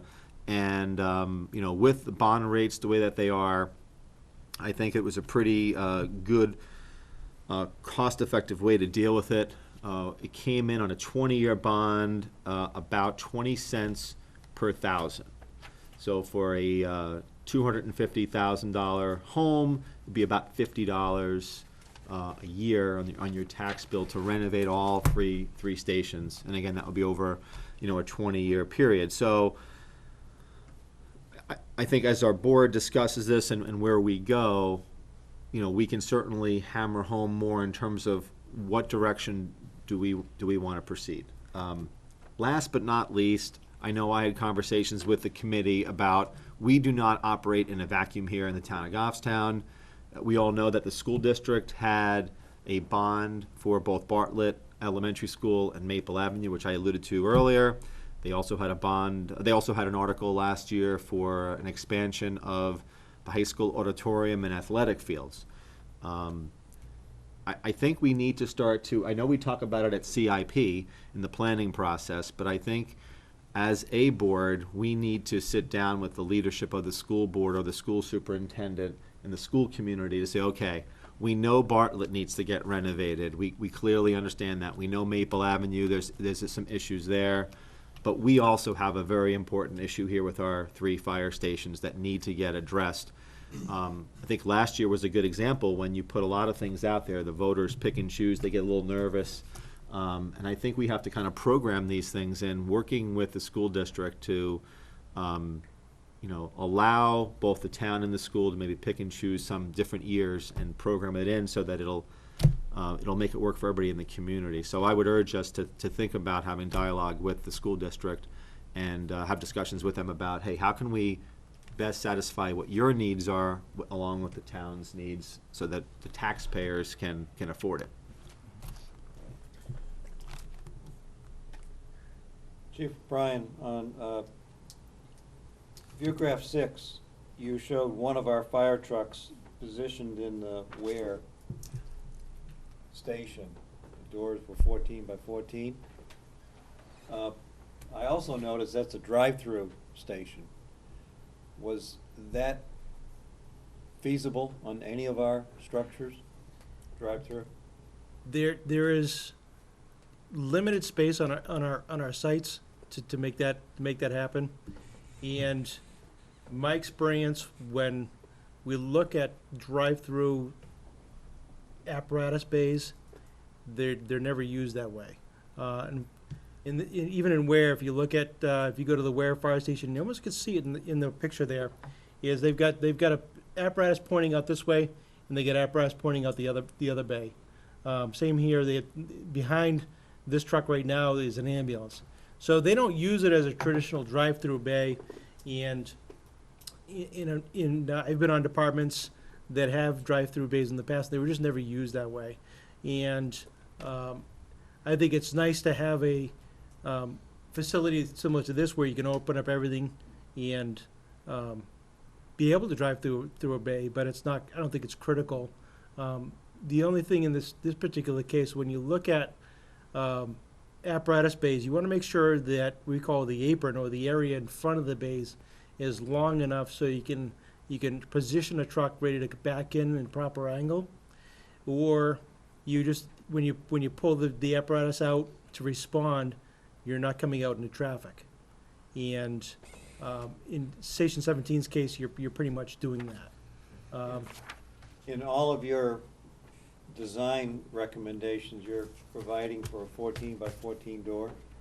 Any of the new apparatus areas that we went on the standard of a 14 by 14 foot door. And are you providing in that design the headroom over the truck for access to the top of the truck, to the compartments on the top? Right. The goal is to supply at least 4 to 5 feet above the apparatus bay. In my previous department in Rye, we built a new station there. It was a public safety building, and we actually had a vaulted ceiling in the apparatus bay where you had 30 feet above you, but it was problematic to heat over time. So you want to balance the two where you can have an energy efficient structure and a functional one also. So you would work with the architects to find out where that measure of efficiency is.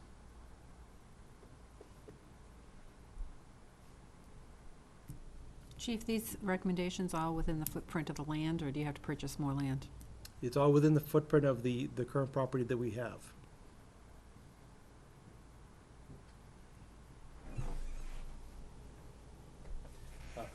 I want to pick up on a point, Selectman Gross, you brought up the competitive requirements in the town between the school and the town government activities here. Chief O'Brien brought out that an option here would be to have a single bond for all of these constructions, and you would tap into that bond at appropriate years for the construction. Wasn't, Selectman Gross, wasn't that the concept for the school? They had a single bond for both elementary schools, Yes. and they would tap into it as necessary during their construction. I think they have the same issues that we have here. I mean, we can't renovate all of our fire stations at one time, just not, you can't operationally do it. I think this, I believe that the school district was challenged in the same way. I think what they were looking to do is because Bartlett Elementary School, I think they were gonna do one before the other so that if they needed to, they could move some students over and then rebuild the other building. I think that's what I had heard. I'm not positive, but I think that's what they had. I bring that up because you brought up the idea of balancing the needs for both sides of our town government activities, schools and town, as to, you build something on the school side this year and something on the town side the following year. But if you have a bonded situation, does that throw a hole in that argument? No. I mean, you have one bond, but you can tap into that bond as the years go through. We can't have a bond for school and town. That we can't do. No. The school has a bond Right. for all their renovations. Right. In this case, the chief presented a bond for eventual renovations of 3 buildings. But Right. it's a single bond. Right. And the school presumably would do something similar. I guess my point is that when you have a multitude of projects that are on the ballot and instill what I would consider an improving, although still fragile economy, the voters simply, can't afford to approve all of these projects, even though they are noble and even though they're needed. These are not, I don't think, wants. I think these are needs for both school and town. However, I think that, if you give one, the opportunity to educate the community on it in 1 year, and then the next year, you educate the community on the second project, you know, I think they can at least be voted up or down based upon their merits and not really have to worry so much about, you know, somebody feeling that, well, you know what, I've got kids in the school district, so I'm gonna vote for the schools and forget about the fire department, or vice versa. I think they can each stand on their own. I would also say that I think as leaders in our community, I think some of the members of our committee were kind of shocked when they visited some of the fire stations. There's no doubt about it. I know most of us have visited the stations, but then again, when we look at the totality of things, take a walk through the Bartlett School. I mean, you know, Mark, you're there for elections. I mean, that place needs some work. So I think, I really do think that it requires, you know, a collective, you know, meeting or a decision of both the school and the town leaders to say, okay, which one do we want to put forward on the ballot in 2013, and which one can take a back seat and go to on 2014, and then, you know, have an agreement as to that's what we're gonna do. That's just me personally. I think last year there was way too much that were on there, and I think folks just, they did pick and choose. I'm sure very few people voted yes on everything, and consequently nothing passed. So, you know, this is a need. I know that the Bartlett School and Maple Avenue, those are needs as well, and certainly you can debate other things that are necessary. Our financial software is another big need. So, but I think we have to stagger these things so that the community doesn't, you know, get too much. Good, thank you. And last question, and I'll slide over to Selectman Devanza. Chief O'Brien, did you skip view graph 7 that's in my packet? It's the one that shows the response time superimposed over the map of the town. He did. I think it was something that was. I mean, just, this is for education on the Yep. viewing public. Why do we have 3 stations, and what are the response times? Could you explain that? Right. A lot of the national standards say that your goal is to make it to your emergency within 6 minutes, but you have to also account that it takes about a minute to process the call and dispatch the call so we can get our crews on the way. So using our GIS department, Neil Funky was able to help me with this. We actually did actual drive times and sampling to confirm that this is accurate. And what you see is a shaded area. You see each station is located with a red dot, and the shaded area for each station is the 5-minute drive time. Again, this is using traffic. We're not using lights and sirens or anything like that. But this is our 5-minute reach by road to each areas of town from each station. And we just want to throw this in here because you want to show the importance of having the 3 stations. It's not. I don't think it's much of an option to when we're looked at as a committee, downsizing or reducing the number of fire stations in town at this point in time. We even discussed even further where future build-out may be located within the town. And one of the areas that was being discovered was the east part of town where Station 17 serves. When looking at possibly the future expansion of 293 exit, that may impact future growth in that area of town. So that discussion really led to, boy, we really need to keep Station 17.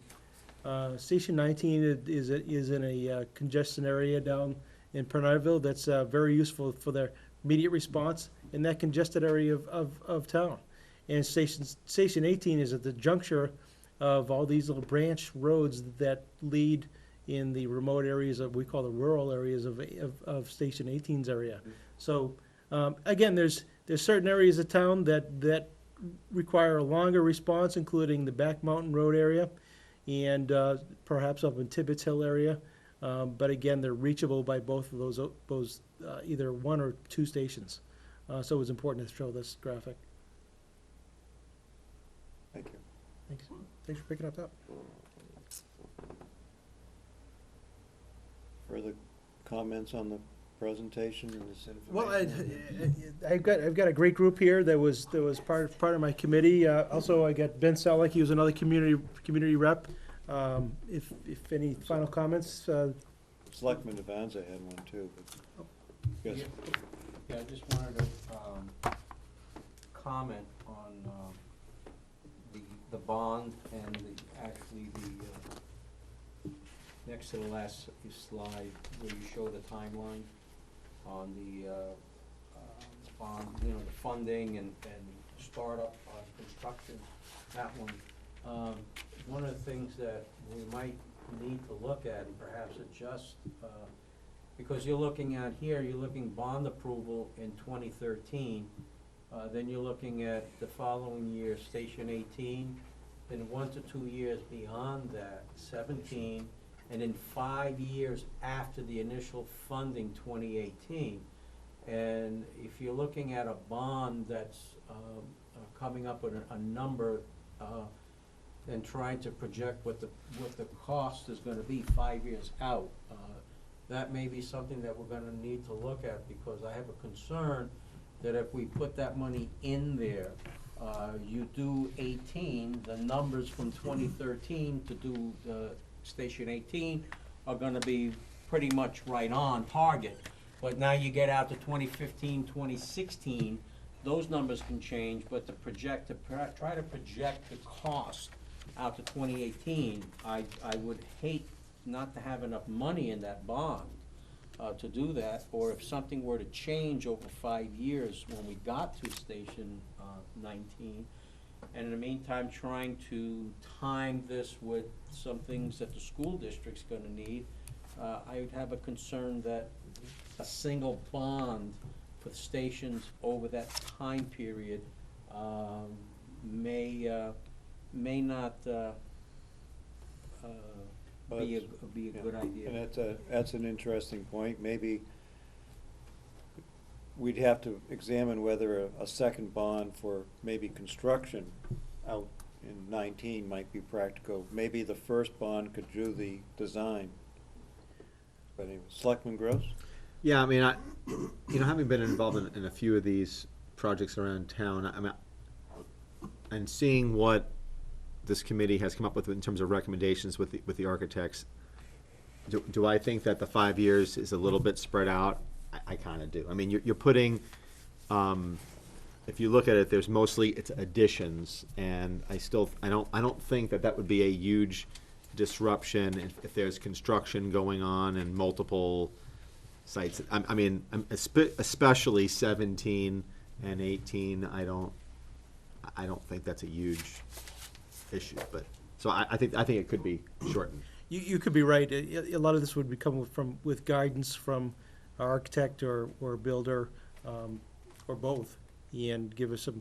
If you were doing interior work, a lot of interior work, like you are doing some of that with 18, that's the one that, finishes, yeah. right, but by the same token, a lot of times you're putting on an addition, and in terms of that skeleton, that's not something that's gonna be a huge, disruption. I mean, you may find yourself putting up the skeleton on all of these within 1 or 2 years, and then going in later and doing, hooking up, all the mechanicals, and then doing the interior finish work later. Again, I think this timeline was designed for the things the Murphyisms that come along and get you. Along with the funding, we'll keep in mind the fact that, we're gonna be capitalizing as many grants as possible to help, when it comes time to doing a Station 19, that we're gonna have that funding available.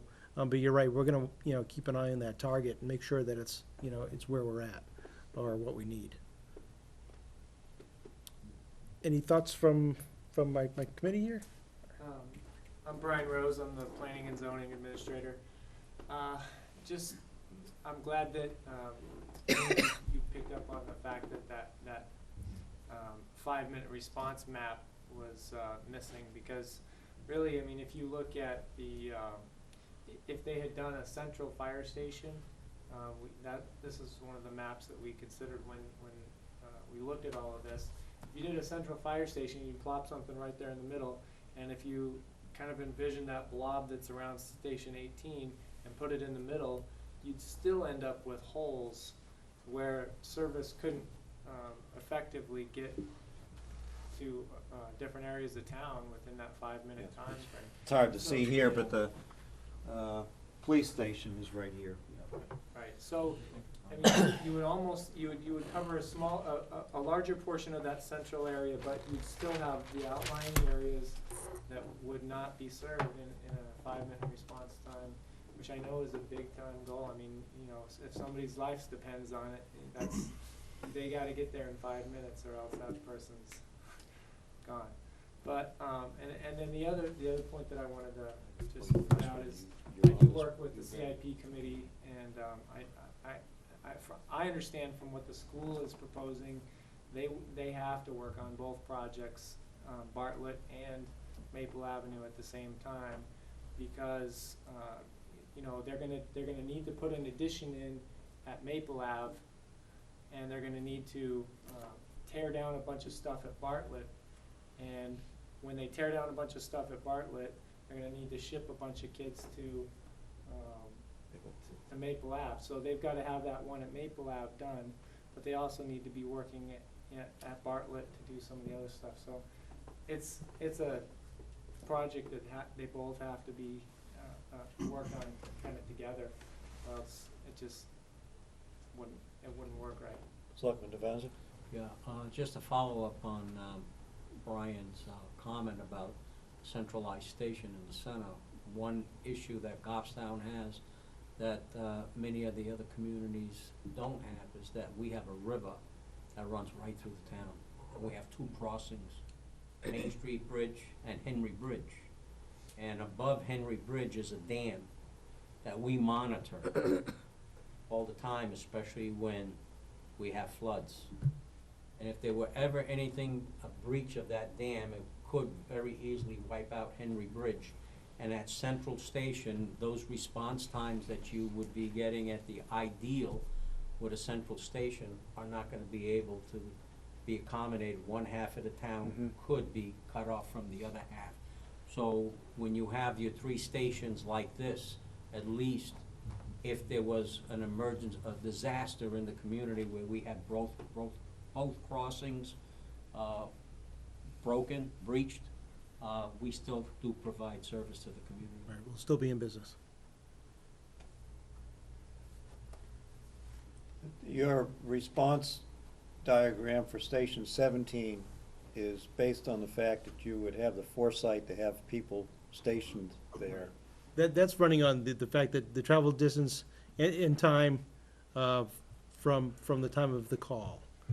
Again, looking in the future, you know, we do foresee that, you know, as our call demands increase, so will the demands to have staffing out there at some point in time. Are we there now? No, but in the future. And you brought up the 293 study that the State Department of Transportation's doing, and essentially Easton Barton Road could be a commuter corridor off of a new exit. That's a concept. It could be out there in the 10-year or beyond highway plan, and such a commuter route means further development Absolutely. in that region of our town. I can jump on the soapbox. I mean, some of the reasons for these response times, and Brian, I know from the planning perspective, we don't have a lot of interconnected roads in some of our communities. I live off of Tibbetts Hill Road, and I can tell you that Cinnamon Woods and there's Acorn, and yeah, that would be a really quick way of doing it, but no, you gotta travel like 6 minutes just to get around there. So I think, you know, a little bit of, and I'm not sure if Acorn is a possibility where we can still, you know, do that, but I mean, you know, we've made some conscious decisions to have cul-de-sacs and things of that nature, but there's not a whole lot of interconnectivity here when there's emergencies, or, you know, if there's accidents or things of that nature. You have to take the long way around just to get from point A to point B. That's a problem, is topography. Yeah. It's a big issue Yeah. with some of that. Anything else? Yes? My name is Charlie Tentis. I've been a resident here in town for 26 years with my wife. We own a single-family home on Knollcrest Road, and when I was asked to serve on this committee, as Selectman Gross had mentioned, it really opened my eyes on the tour, our very first night of touring all 3 stations. I have a lot of friends in the fire service throughout the state, and Station 18, walking behind the apparatus and seeing the back end of the building, looking up at the ceiling, walking around the building, versus a normal civilian going in to get a fire permit, or driving by and waving to the firemen at the front bay doors, is a lot different. And at all 3 stations, it made me realize that we need to do something. As the chief had said, with these buildings being built, Station 18 was built, I was 1 year old, 53 years ago, and really nothing has been done. The other piece that I realize as I look at this is serving on the Economic Development Council for the town. As we went to that DOT meeting over at the tech school for that potential exit coming in, there's also opportunity for the industrial park over there for future business growth. And as we serve on that committee and trying to enhance both residential and the business community of the town in years to come, businesses will look at our police department and our fire department. What do we have to provide for services as we move forward and the town grows with the expansion of 93, et cetera? I really think we need to be doing these things now. And it was an honor serving on this committee with these individuals, and it really opened my eyes as a civilian. And I really hope those people that are watching tonight make it a point to stop by and see the chief and look at the stations. Not just drive by and wave knowing that they're serving us as they see the front end of those apparatus that's new, but actually stopping in and going in and looking around the building. And lastly, as I've been here for 26 years and living in my home, and for many of us, as we have children and they grow up, we make changes to our own homes.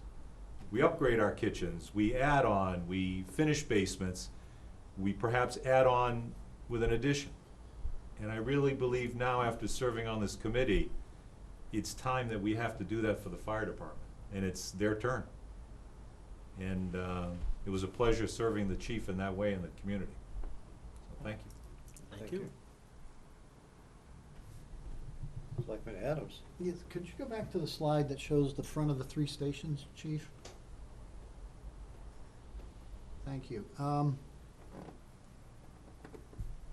Did you look at, or has anybody looked at the future trend of fire apparatus? You know, we talk about, that actually is the one with the door sizes, the dimensions on the doors, yeah, that one. You know, 40 years ago, 11 feet was was about right. We could live with that. And here we are 40 years out, now we need 14. Have we looked at future trends in fire apparatus, or then been any studies done that maybe 20 years from now it's going to be at 15 feet or 16 feet, or how do we know?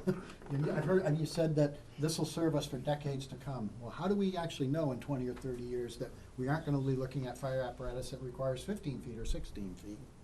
Right, and I think a couple of things that happen that guides us down that path is obviously the manufacturers out there and the type of use.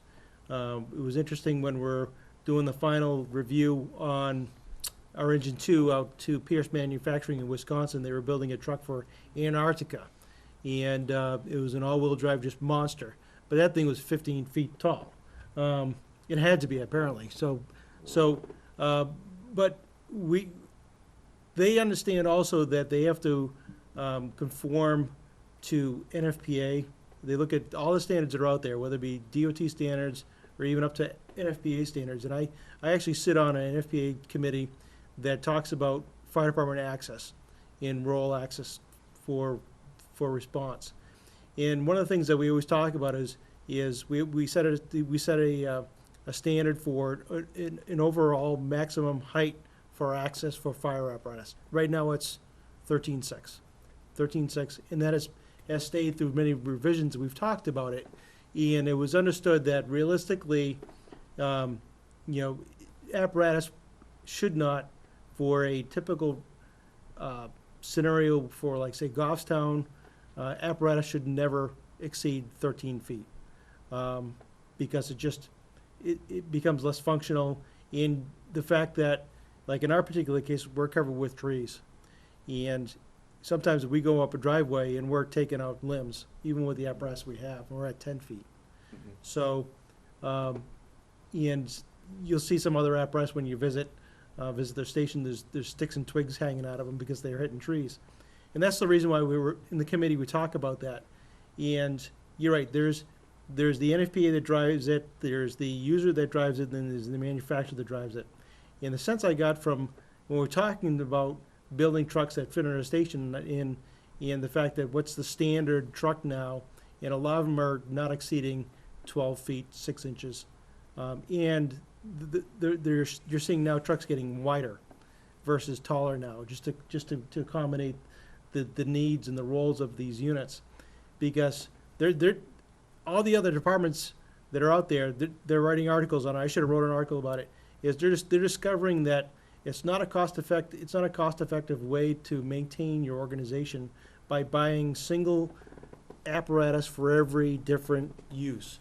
You know, you get your tanker out there just as a tanker, and you get an engine that just as a tank, engine or pumper, and then you get a ladder that just does a ladder work. Here we combined all that, so we have pumper tankers. We've got a aerial unit that's a quint. It also has a pump and a tank on it. So we're finding the apparatus is getting wider, and that was restrictive here too, because the width of these apparatus are actually small for the industry now, and they're at 100 inches, and most of them are getting to that 110 inch range to accommodate the combination vehicles that we currently have. So I think 14 feet, to get back to what you're saying, 14 feet is going to be viable for us for decades. It's just we have to make sure we have that 14-foot width, because I think we're going to be challenged in the future on the width of the apparatus, because they're going to eat up the entire allowable lane. When DOT says it's going to be 12 feet, they're going to run it to 12 feet as far as like a travel lane, and that's what I see. Yeah, and I can understand that as far as, you know, the truck moving over the road and the truck being stationary inside, but, you know, I'm just thinking about equipment and attachments that go onto the truck, and whether the trend is to be able to provide more space inside to maneuver and to work with these things for training, whether it's for training or maintenance and those sorts of things. You know, I'm just trying to think beyond the 14 So feet. he brought up the other idea, not only the building that the truck is in, but where the truck is going to.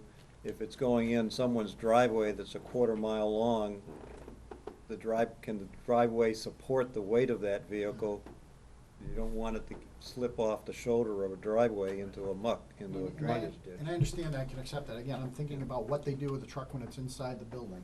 You know, whether it's training or, like you say, maintaining the equipment that needs to be done inside, so you need some more headroom, you need some more width to accommodate things. And I think maybe what you're saying, Carlos, is that it's one thing if we decide that we're going with a 14 by 14 door, but if it has the ability 20 years from now that if we needed to go with a 16 by 16 door, that you have the capacity to do that without having to raise the roof. That's all I'm saying, you know?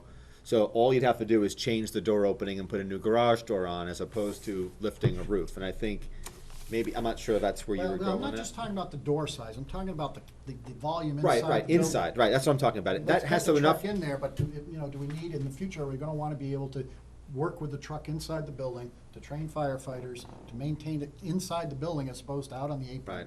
in the elements, that's all, I mean. Right.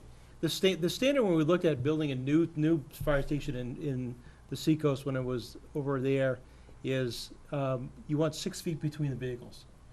And just so you don't run into this situation here where you're bouncing into one vehicle when you're just trying to climb in one vehicle, either to climb in to go on a call, or just to check to make sure that the equipment is ready for the next call.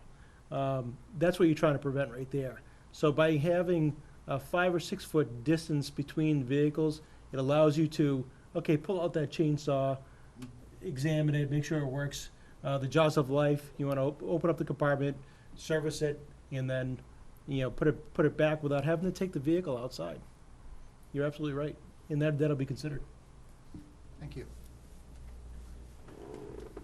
Selectman Gross, is there a wrap-up on this? I think our discussion here is aimed towards a later budget discussion later on in a couple of months. But Well- is there anything else that needs to be brought out this evening? I don't think so. I mean, I want to thank, the chief and all the members on the committee. I think they did an outstanding job looking at all the alternatives. I mean, I think that the primary thrust is that these buildings have not been renovated in decades, and they need to get renovated. And how do we kind of time that, with other priorities in the community? And that's a decision that this board has. That I think the committee has done their job. They've given us, I think, a very cost-effective solution to dealing with these problems. Now it's more of a political and an execution decision for the Board of Selectmen to determine the timing of it. Chief, thank you, and I thank your committee. I want to thank the board for Very thorough. giving me an opportunity to, in February, when we're tasked this, I thought it was a great opportunity to put together a solid guidance document for you to consider. And I was telling some people that I was pleasantly surprised on the feedback and the ideas that came from the group. Because a lot of times, and I'll admit, we get focused in the end game, that we don't realize there's other ways that we can look at the apple, and in this particular case, having the Board of Selectmen there, we had Carl Corum from the DPW, given the different perspectives was just priceless, and you'll see it in this report. Thank you, Chief. Thank you very much. Thank you. Thank you.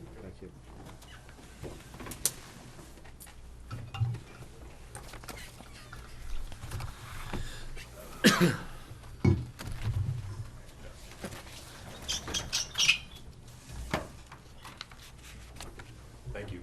Thank you very Thank much. you. This is gonna be a long evening. I Yes. think it's appropriate, this is yours, appropriate to make a motion that we accept the report as presented from the Fire Station Improvement Committee. I'll second that motion.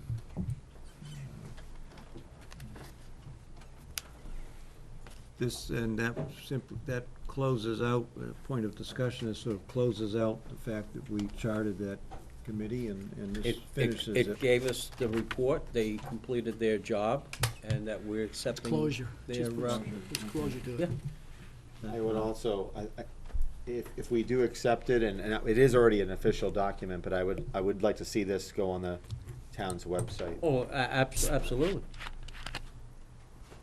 With a link back to the Gulfstown TV presentation of this session. That would be or a nice if chapter we could to do it, that. because the words in the background are add so much meaning to the view graphs. Chief O'Brien, you do such a wonderful job of briefing details. Try to stay brief too, so. Thank you very much. Thanks, Chief. Thank you, Chief. So you have a motion and you'll take a vote now. Yes, Catherine, thank you. What is the motion again? Can somebody read that? Accept the report. Read the Fire motion station. back. So Accept made the a report. motion to accept the report as presented by the Fire Station Improvement Committee. Second by Mark. With thanks to the committee members. Mhm. I can say that. Okay. Those in favor of that motion indicate by saying aye. Aye. Aye. Thank you. And can Sue draft a letter to the committee members, as Selectman Adams suggested, thanking them for their work? Yes, Sue can do that. On the board. Yep.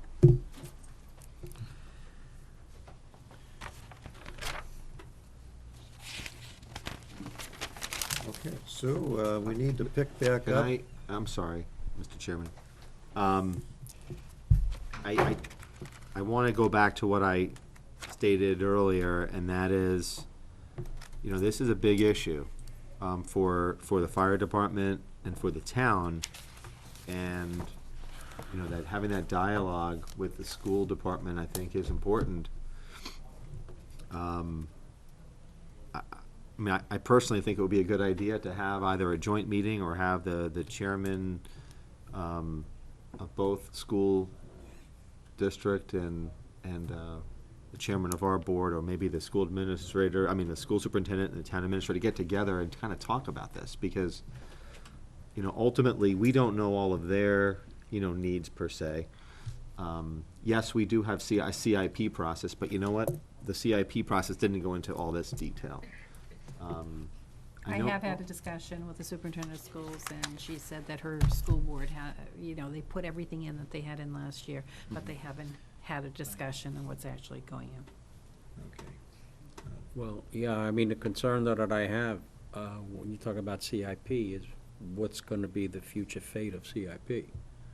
Because, We're getting too far off. no, the I'm just, agenda here. I'm just saying, what about Scott bringing up CIP, and, you know, in the past, some people say, well, did something go through CIP? And I'm just bringing up the point that there's a very good possibility, I don't know what the future CIP is gonna be from the Well, planning board. if I may, I think it would be I think it would be a very interesting meeting or workshop if the school board was combined with us and they heard another version of this, and we then saw something similar for what's needed at Bartlett and Maple.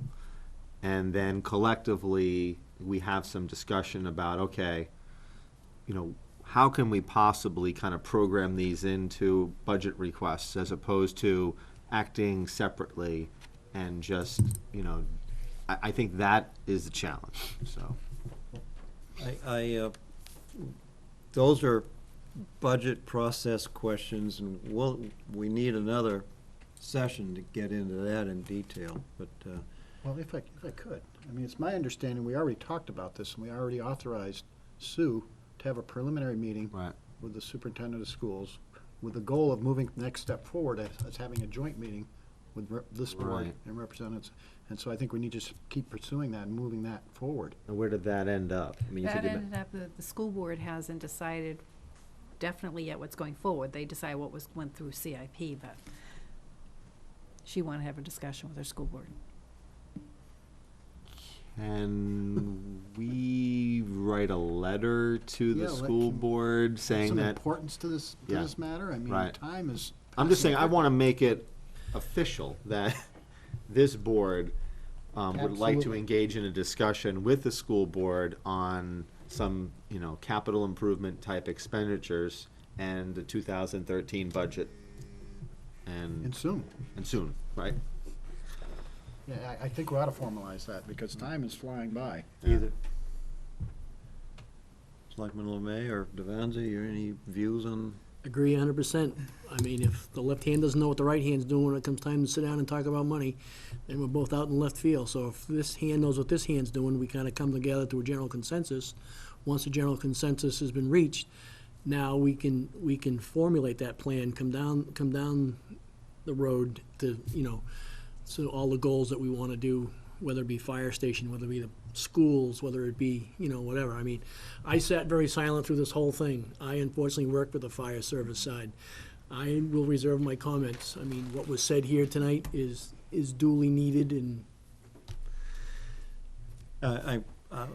We'll continue the discussion then. On the practical side, having both our boards together is a challenge. It could be, are the budget representatives from both boards, the chairs of both boards, that's not a quorum with the town administrator, school superintendent? I don't know, I mean, you know, personally, But to having a get, joint session with the school board, that's the other Yeah. option, the full. Yeah, Yeah. your next 4 meetings are budget presentations. And- That start at 7 o'clock. So Right. did you want to do it on a different night? I think it should be a special meeting, yeah, I do too. with Yep. no agenda, Yep. other than this topic. so we can discuss. If we don't, we're gonna end up in the same position we were last year. There are gonna be too many competing Yeah. interests for the same pot of money, and the voters will reject everything, and probably rightfully so, when we're faced with just gigantic numbers as far as bonding issues. I mean, I think this is imperative and critical, and we need to do it, and I think we need to impress upon the school board the importance of sitting down with us cooperatively and talking about how we can achieve common goals for the betterment of the community. Do you want to pick a day next week, Labor Day week? Because you're not meeting on Monday night. It's fine with me. Yeah, Or just a amenable to second that. option later in the week after voting. The week we vote for the primaries, later in that week. This is an option.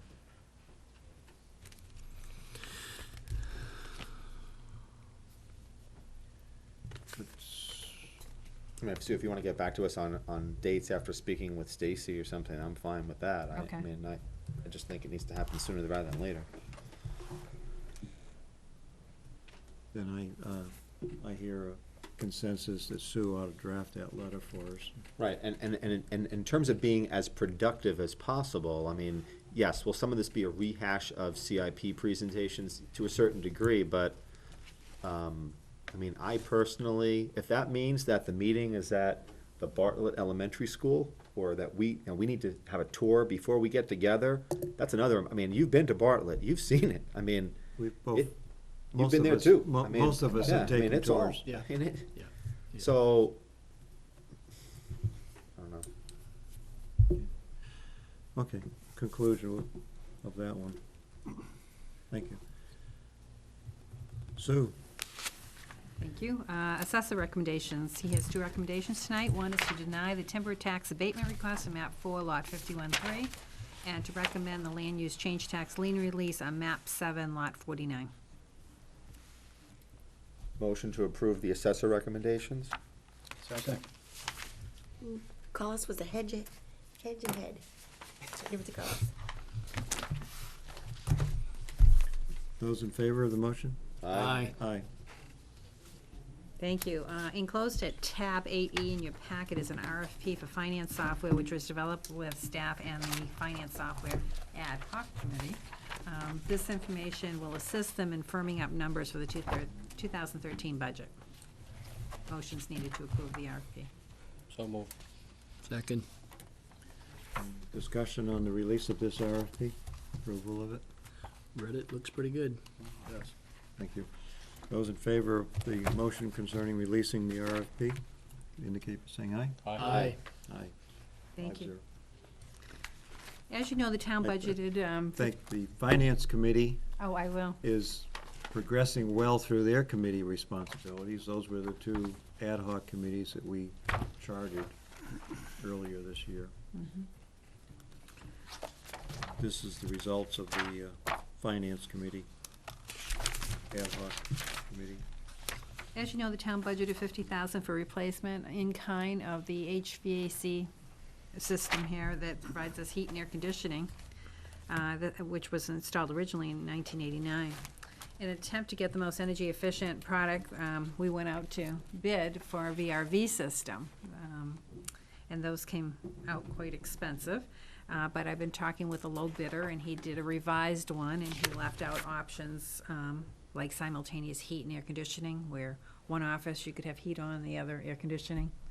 We don't They need usually that. do that, in like for server rooms, Oh, okay. okay? Because they give off so I much was heat. gonna say, ooh.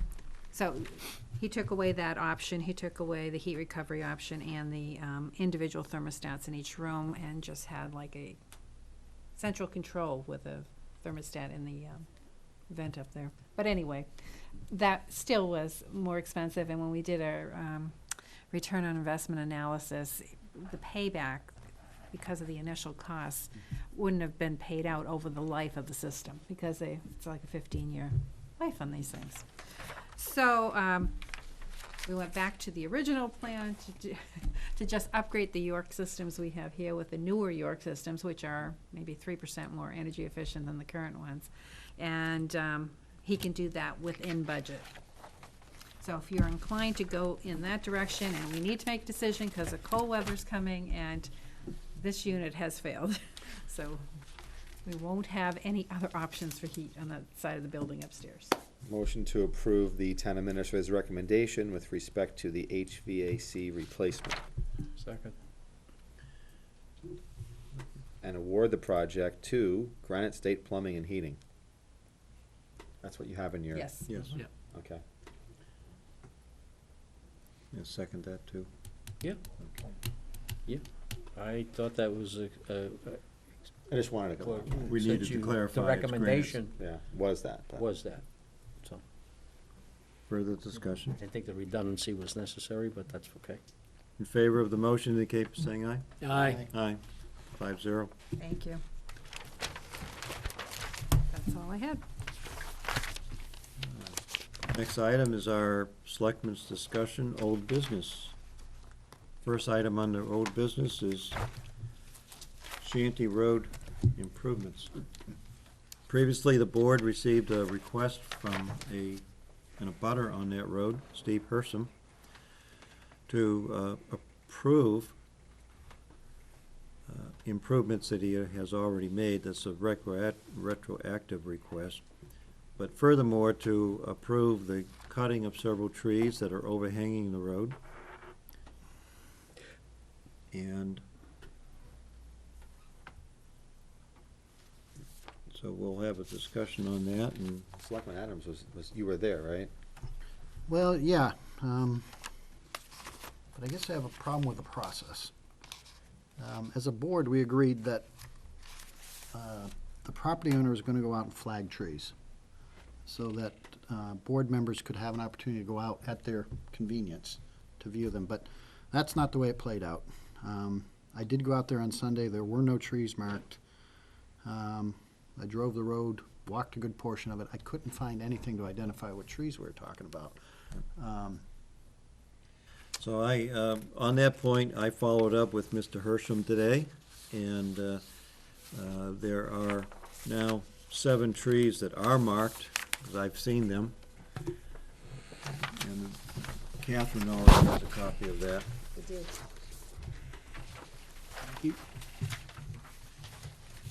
Starting at the upper left,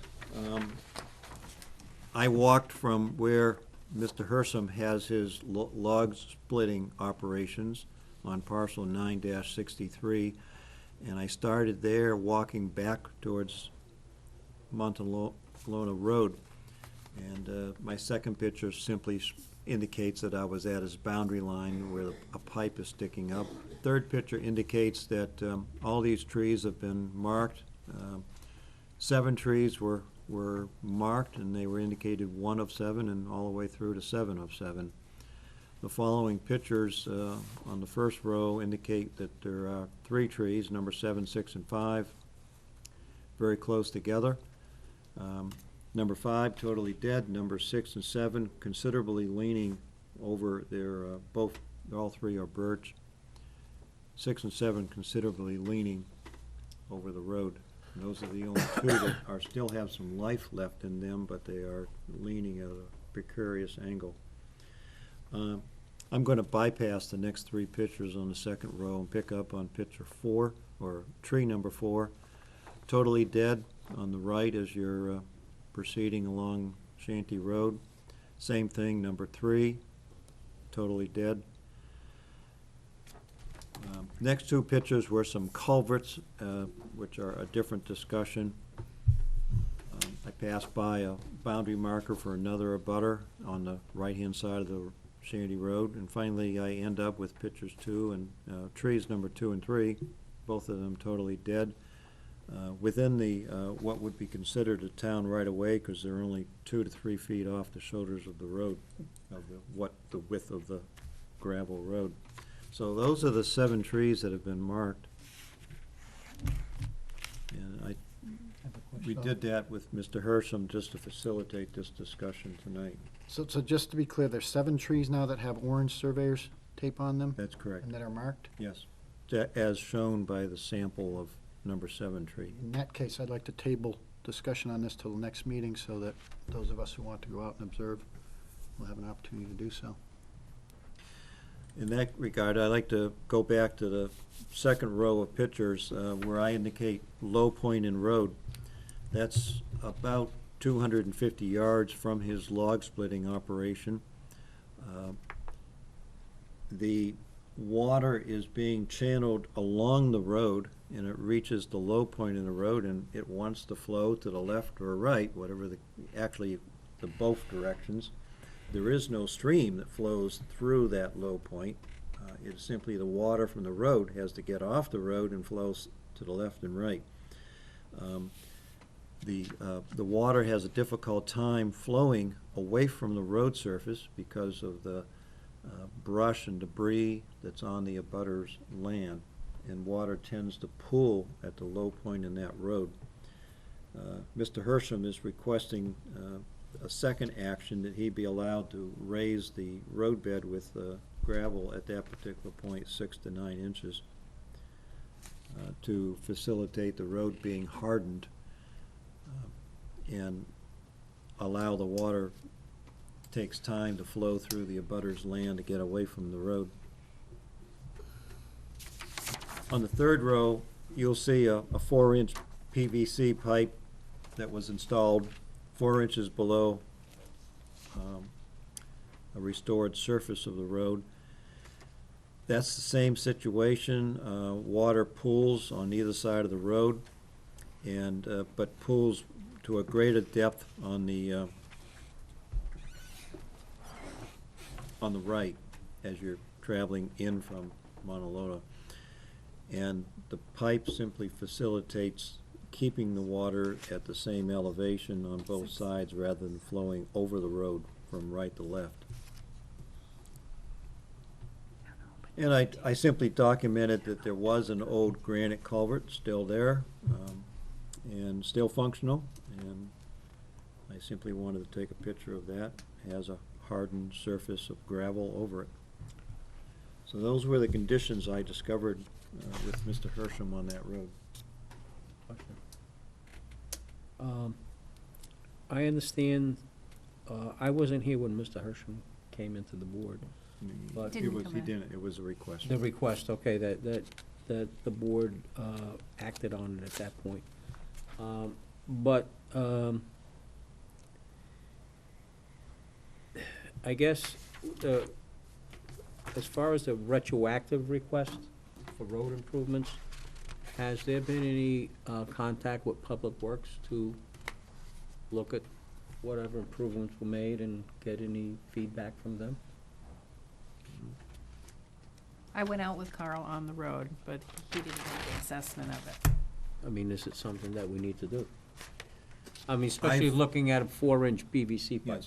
Yes. I've driven the road now 3 times with my small family sedan. I had no problem or no concerns traversing the road. It's hardened, it's relatively smooth. So I'm not sure what else could be discovered as far as the condition of the road. Well, I guess the question is, a 4-inch PVC pipe, who put that in? Mr. Hersham.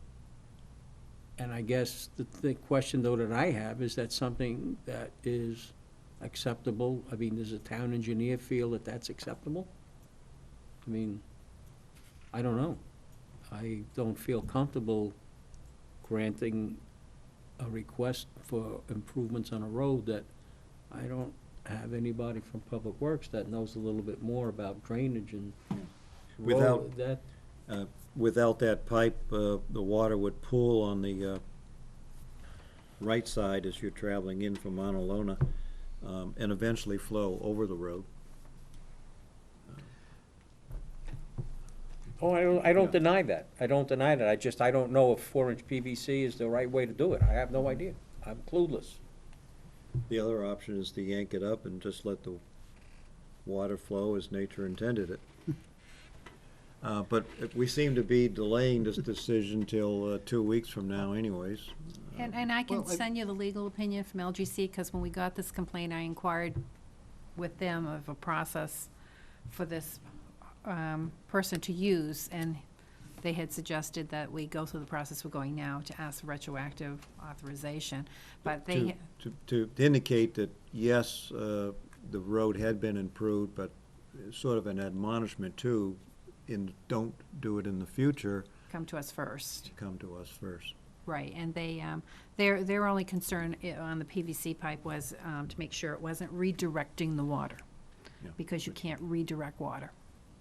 And I've seen it, it's not, and Selectman Adams will be able to see that too. Well, yeah, and I have a lot more concerns than that. You know, the 4-inch PVC, you know, being a practicing engineer, is totally inadequate. It's too small, it's set too high in the roadway, it's extended way, way beyond the fill slopes. I mean, there is no way that that is proper drainage, design, analysis, or installation, for that matter. So, you know, we're talking about more than just cutting a few trees. Now we're talking about making improvements to a town road. And yeah, it's passable. I've driven it twice myself now with my family sedan, and it's passable, but you better be careful, because there are some belly whompers in there. And, you know, if we're gonna start making improvements, it might entice other folks to drive down there. It is a town road. And, you know, I'm concerned about, you know, I don't wanna preclude him from doing what he needs to do, gain access to his property. He's certainly entitled to that. I just wanna make sure it's done properly, that's all, because now we've got trees, we've got drainage, we've got the condition of roadway surface. He did, and when you do go out and look at the road again, you consider the fact he offered to take the pipe up totally. Well, I'm not sure that's the So- answer. I think a pipe properly sized and properly installed is probably that's- the answer. But DPW can help him with that. And as long, the condition is it's not redirecting the flow, but simply facilitating the flow without further damaging the road. Board nodding approval. We'll take this up in 2 weeks. another 2 2 weeks. weeks. Sounds good? And does the board want DPW to take a look at it before that meeting? Be nice. Yep, may as well. I mean, if he's looking to add, Either, our Director of Public Works doesn't get back in town till Thursday of next week. I presume he's gonna be rather busy for a day, but we have all the following week too. Mm-hmm. Right. The town engineer is working evenings, Tuesday, Wednesday, Thursday of this week, and she's not available. Right. I'd rather not tap Yeah. the assistant engineers, Okay. so we'll follow up later. Okay.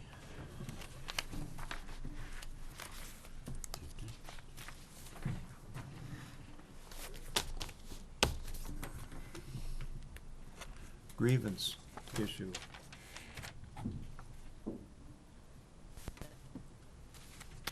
Last week, we heard oral arguments from the attorneys representing the town and the firefighters union regarding the granting of a step increase to 3 firefighters at a period when the union was out of contract. The union's attorney argued that due to an educational component in going from step A to step B, that the 3 members were due the step increase. He further argued that a change in status of probationary status to regular status entitled them to that step. On the other hand, the town attorney argued that the steps have a time and a grade component, and therefore the steps in a period of status quo out of contract, the steps are frozen, and no step increase would be appropriate while in status quo. So we need to pick up a discussion on that and have a motion as to how this board's going to regard the grievance. Open for discussion. No, I think you summarized it. I think the issue is whether or not we believe that the contract as it is written encompasses both a time and grade and educational, type component, or if the educational component stands on its own. And from, hearing both attorneys and reviewing the contract and both materials that were presented, it's my opinion that it's both, time and time and grade as well as education, and that the education doesn't stand on its own. So I think, unfortunately, I don't think that we can honor the union's request here simply because it does state that it's both years of service, time in, as well as education. It's not one or the other, it's both. That's just my opinion, so, if, Yeah, I would agree, the word "and" is in there, and that's a very important word. Even though it's a small word, it's a very, very important word. It does say "and." It doesn't say "or," it says "and," so you must satisfy both criteria, and if you don't satisfy one, then the other one doesn't apply. That's my opinion from reading it, and I would agree with our attorney. Right. It's as simple as that. Phil? Well, I agree with everything that's been said. The only point, though, that I would stress is that the time element is the first thing that is listed as the requirement. That makes it a step. The other issue is that those other things that come after or in addition to the time increment, some of those are not things that are arbitrarily required by the town, but some of those things are required by the state. So The license, the education requirement? some of those for that are requirements by the state. So everything that's listed is not a function of the requirement of the community through the contract, that even if there was no, that wasn't there, it was a requirement by the state for that position. The other thing, too, that I thought was important is that when the items were presented at town meeting, there was no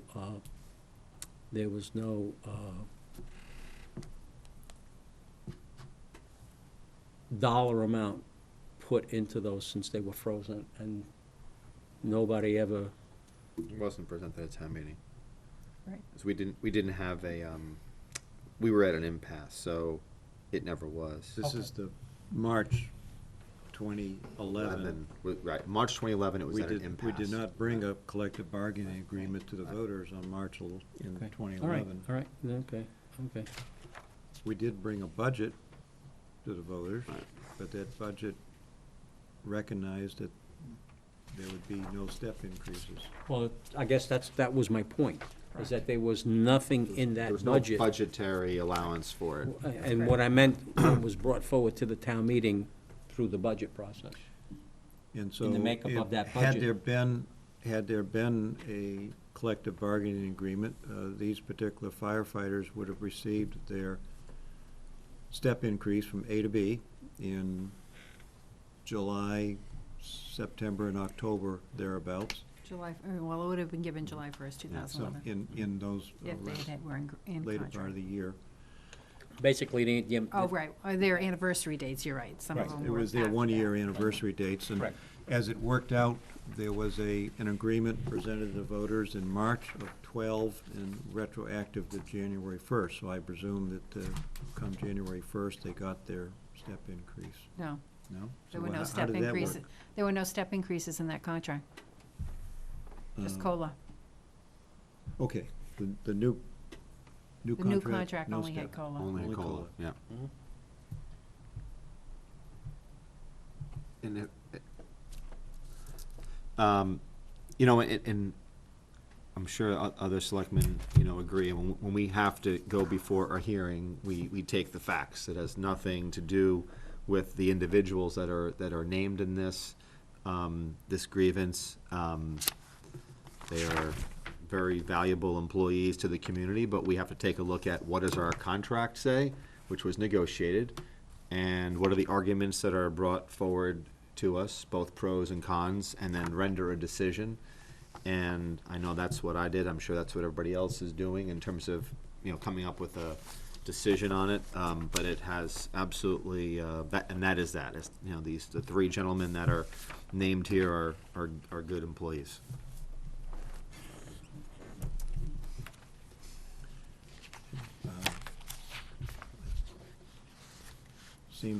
We've covered all the discussion and our views. Next step is a motion concerning the grievance. I will make a motion, Mr. Chair. I'd like to move that the board respectfully decline the request of the professional firefighters of Goffstown, IAFF Local 3420, with respect to their request for a step increase for the three individuals named in the grievance.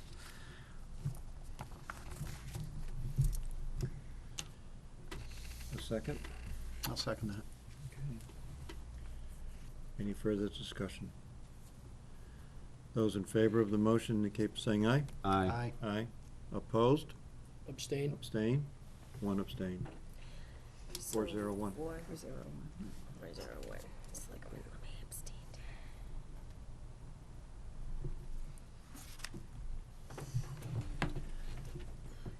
Next item, under old business, is Lamson Avenue. It's the road off of Worthley Hill Road. Last week, residents of Lamson Ave appeared here, provided comments concerning town services on that road.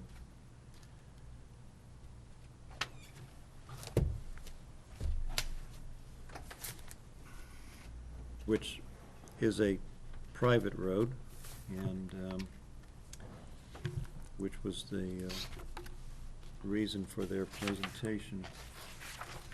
They informed the board that a no trespassing sign that had been there earlier in the year had been removed, that they had discussions with a football coach at the high school, and willing to allow students to use Lamson Ave to access Barnett Park.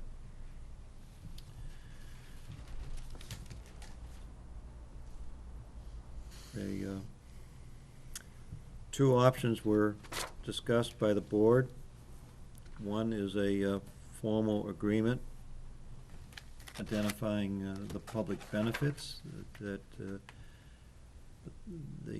is allowed by having access to that road, and those public benefits could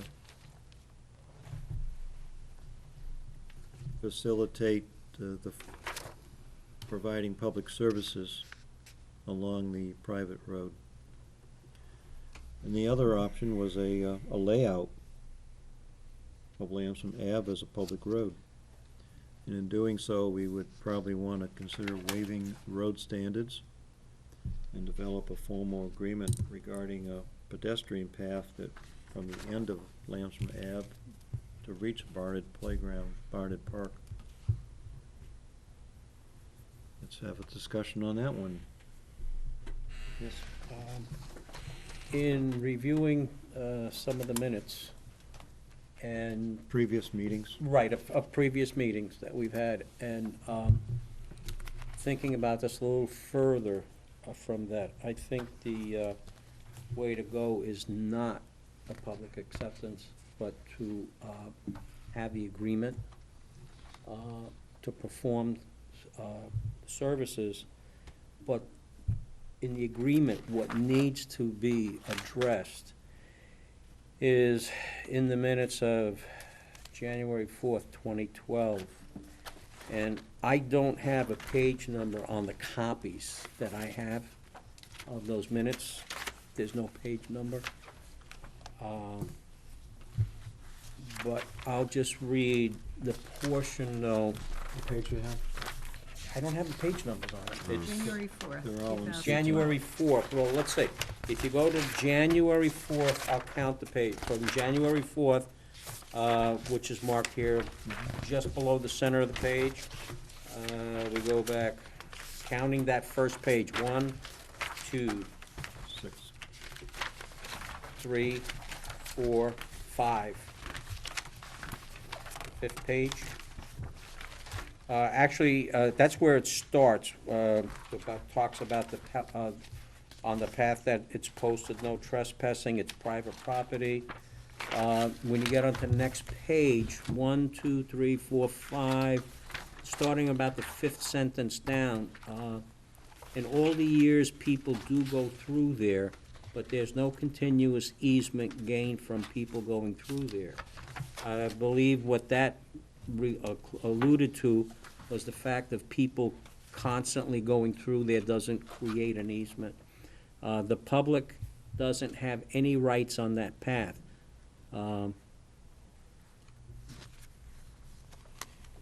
Nobody was enforcing it, and nobody had a right to keep going through there. I think that's the issue that needs to be addressed, because the public benefit here is people being able to pass. And the concern that we have to be careful of is by encouraging people to go on a road that leads to private property that they have to trespass over. Now, what we want to make sure that we aren't the entity that's encouraging the trespass. If somebody were to get hurt on that piece of property because we encourage them to go there, then we would be liable. Well, I think you would need a formal agreement to do That was my point, and this is a specific. Reason why you need it. Exactly. There's two concerns here. One's the road, and one's the private Property at the end of the property road. beyond the end of the road. Correct. And they both have to be done in concert to be effective solutions. Selectman Gross. I just wanted to have a dialogue as to the pros and cons of accepting it as a town road and waiving some of the town specifications. Because I think we still, if we have an agreement, there's a couple of things. I mean, I want to be fairly consistent in what we're doing with all of these different deals that are going on. And, you know, one of the things that I kind of took from this whole experience of performing services on private roads is that there has to be some sort of benefit, you know, to the town that is tangible, quantifiable, all those things. And we have not yet discussed the issue with the churches and the villa. But it seems to me that I think we can accomplish all those same things in terms of getting protections that there is a valid easement or legal right for people to pass on private land between Barnard Park and even if it was a town-accepted road. But if it is a town road, then these other issues of performing maintenance or performing services on a private road go away, because it's a public road.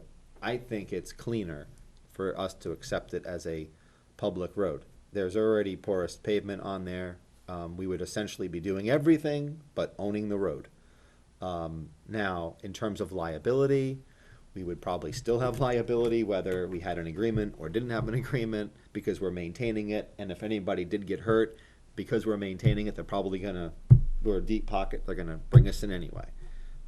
So in terms of it being cleaner, it seems to me that it's cleaner just to accept the road, but that's the dialogue that I wanted to have. I'm going to argue the other side. I think going that route is far too expensive, it's too costly, it's too time-consuming. We heard from the private property owners last week that they've removed the no trespassing sign, although I will note there is a private road sign that is still at the end of the road. You know, we've already heard from them that they're willing to enter into an agreement that would allow the students and other pedestrians to pass down the road and through the connection into Barnard Park. So I think that part of it, you're right, there are two parts. There's that part, and then there's the road itself. So I think we can come to an agreement there. In fact, I was approached on Saturday by Christy Garrison, who's speaking on behalf of the school, a number of different sports organizations in the school, as well as another woman who was there representing a New Boston Boy Scout troop who has a couple of Eagle Scout candidates, and one of them wants to use that, or have that considered for his Eagle Scout project. You know, a boardwalk, fixing the trail, putting up signs, you know, identifying the parties who made it all possible and those sorts of things. And I think that's a great way to approach this, because I think it allows for that very valuable pedestrian connection between the school and the park. Understanding that we've already got the private property owners to say they're fine with that. When it comes to the road, I mean, it's clear to me that the easement says that the private property owners granted an easement to the town of Goffstown, and they're very gracious. I mean, they did this for the gigantic sum of $1, so that the town could run a drainage line and other utilities down there, but primarily the drainage line, to handle the runoff from Worthley Hill and that whole hillside, at great savings to the town, because the alternative would have been to route that drainage down Worthley Hill, out to Wallace Road, down Wallace Road, somehow through where the roundabout is, and then over into the river. So I think there's tremendous, two ways that the public benefits tremendously. One is the walkway, one is the fact that they gave us an easement to help us with a very serious drainage issue that we have in that part of town. I think that clearly puts this road and this concept out on its own, separate from the churches, which I think are gonna have a much more difficult time showing that quid pro quo, give something, take something. I'm very comfortable with that. And the easement says that the town is responsible for any and all maintenance of the roadway. Any and all maintenance of the roadway. Plowing the road is maintenance of the roadway. I would argue that picking up trash is not, however, that's a separate issue, but when it comes to maintaining the roadway, I think we already agreed to that when we entered into the easement agreement with these folks. It's clear to me. Can we, I respect both your opinions. What is the long and laborious task of accepting it as a town road? Because when it is a town road, then the whole issue of garbage pickup and recycling and all those other things, and it just seems to me that, I just want to help understand it. It would be a lot cleaner, because then nobody can kind of come back and say, hey, why are you doing this? Oh, it was some agreement. Well, no, we've accepted it. We're going to maintain this road. If there's something wrong, we're going to deal with it. We're going to plow it. We're going to resurface it. Whatever, if it ever comes to it, we're going to pick up garbage on it, whatever it is. I think a formal agreement would be in order. I mean, it's better than what we have now. Right. Without going through the whole layout process and then having people on other private roads coming forward saying, hey, you waived the standards for that to become a public road. You can waive the standards for ours. And they're all waiting in line. We hear from them regularly. That's another thing to consider, that we don't set that precedent. But there's but isn't there that significant public benefit that we can say exists here, but doesn't exist in these other areas, whether it, and those are the probably 6 to 10 other roads that clearly don't have the impact that you mentioned before with i.e. drainage or people. Drainage line. Right. Mhm. And it doesn't even then raise the issue of garbage and things of that nature. But you can put that into a formal agreement that you can do that also. Pick up the garbage and recycling if you wanted to. You have that option. Selectman DeVazza? Yeah, and I understand your point. Where I'm coming from, though, is once you make the road a public road, it's a public road. And I need to, in order for me to go that route, I need to be able to get to the end of that road to Barnard Park as a part of that. And I don't see that happening. Why? Why would that be any different than having it as a private road and then an easement? Because you're still gonna have that easement across that property. Because one depends on the other. If one is extinguished, they're both extinguished. I don't understand. If the easement across, I can see this once becoming a public road. We can't undo the public road, but I can see that easement being extinguished. Across the private land for Exactly. a short distance. And then the public road is still a public road. If you have the agreement that the services are provided as long as that easement exists. If the easement's extinguished, the services stop. If I can may, All right, so let's put the pedestrian easement across private property aside. I still think there's adequate public benefit here just in the drainage line under the road to justify maintaining that road. We agreed to it in the easement. We said the town will provide any and all maintenance of that road in exchange for the easement to run that drain line down there. Now, let's honor that easement. And any and all maintenance includes snow plowing. An easement, my view on that was, the easement is the drainage line was a Separate issue. one-time benefit, where the town services are forever. So, Yeah, but the easement also allows us to pass and repass to maintain that. We're gonna have to go in and clean the detention basin, clean the pipes, make modifications, make sure that it's all working the way it's supposed to, and the easement allows for that over the years to continue to do that, so that storm drain system functions as designed. That detention basin is critical. They gave up a fairly good chunk of land to plop that detention basin out there on that road.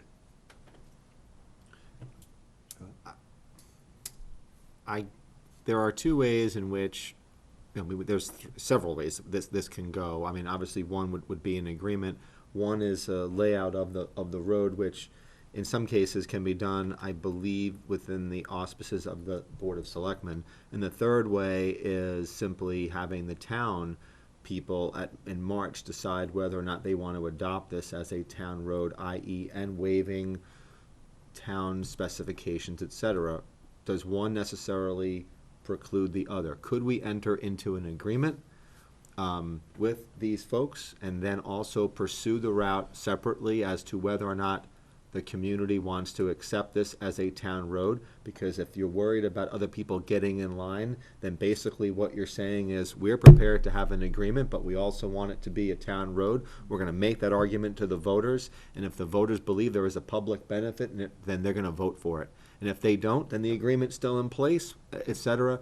And this way, that will keep the bar at a certain level so that if another group of residents on another road in town wants to have their private road become a public road, they realize that they have to go through that same challenge, and that's going before the voters to have the road accepted. And I think that might be, how do we say it, the best of both worlds. So you're suggesting a two-phase approach? Correct. A short-term, long-term? A short-term agreement whereby we accept, I mean, we, in exchange for people going back and forth, public use of the road, crossing into Barnard Park, we will maintain, we will have town services. And concurrently, get ready in March to have the public, the voters weigh in on accepting it as a road.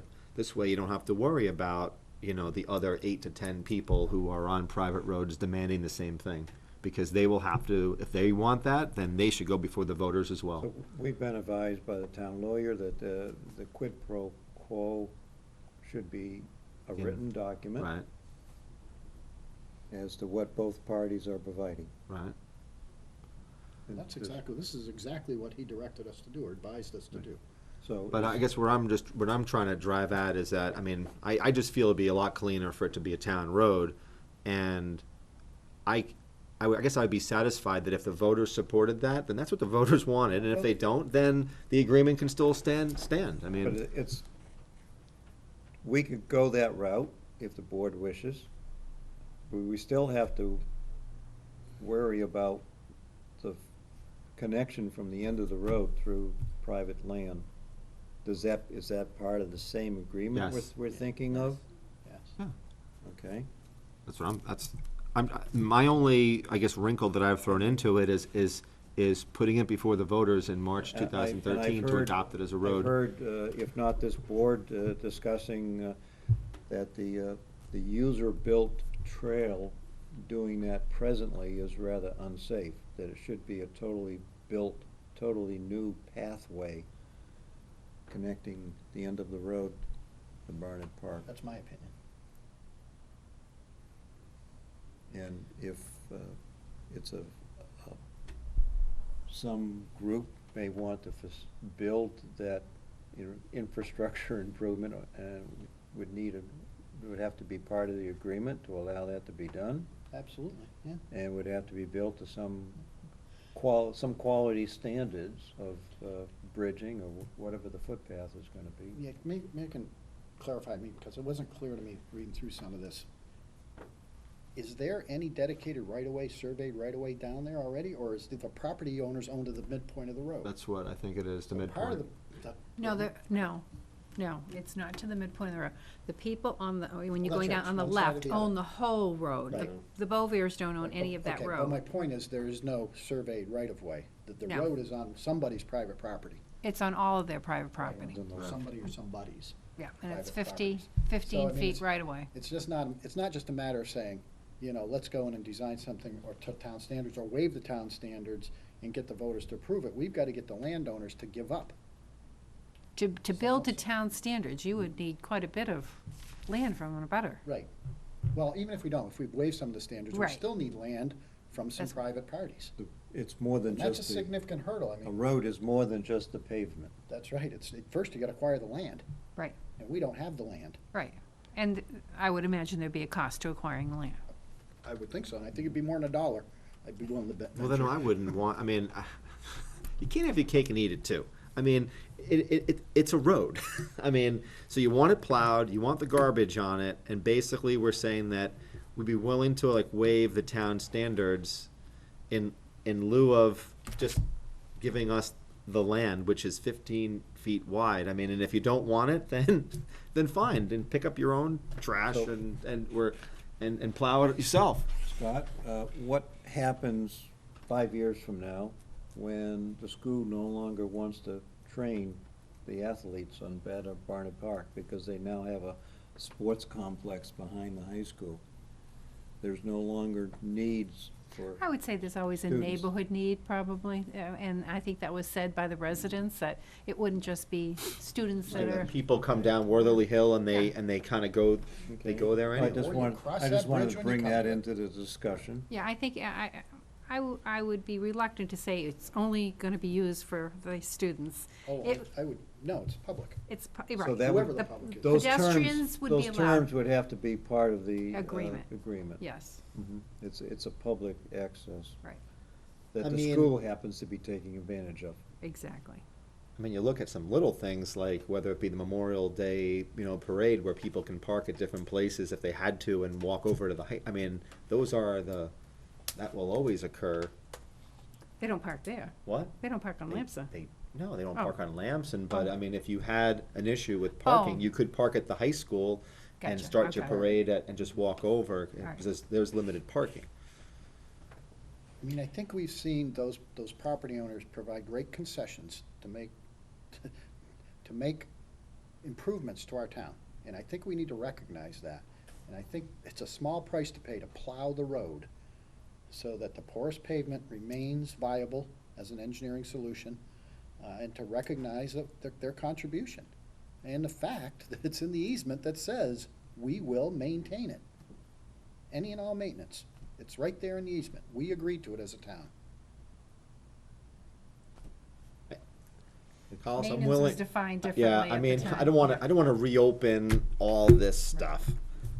I think for different reasons, I'm on board with you, Carlos, but not entirely for what you just stated, because the issue we had before was when it was put as a, no trespassing, et cetera, that we felt that was kind of extinguished, that public thoroughfare type thing, but Public neither benefit has, had been extinguished, and that's Right. why I think the board took the action that it did. However, but they've clarified that was only during construction time. okay, but But that's not what the that was minutes not, that reflect. was not the case back then. So I'd rather, again, that's history, we move on. Right. And the issue, and again, I'm willing to, whether we proceed with it being a town road or not, I'm fine with an up or down vote by this board. That's the route that I'd like to go, is to have that agreement in place and then proceed with a town vote to see if the town wants to adopt it as a road.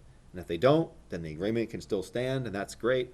But if they do, then it's more solidified, and I personally like it because it extinguishes other people who want to come before us, because we now set the bar that if you want a road, you're going to come before the voters, and the voters are going to accept it. And I think it's a cleaner way of approaching it. So, and then if, let's play it out then. It fails. If it fails, what happens And then? you still have your agreement in place. It was a short-term agreement, you said. Yeah, so then the board at that time can determine if they want to make it a long-term agreement.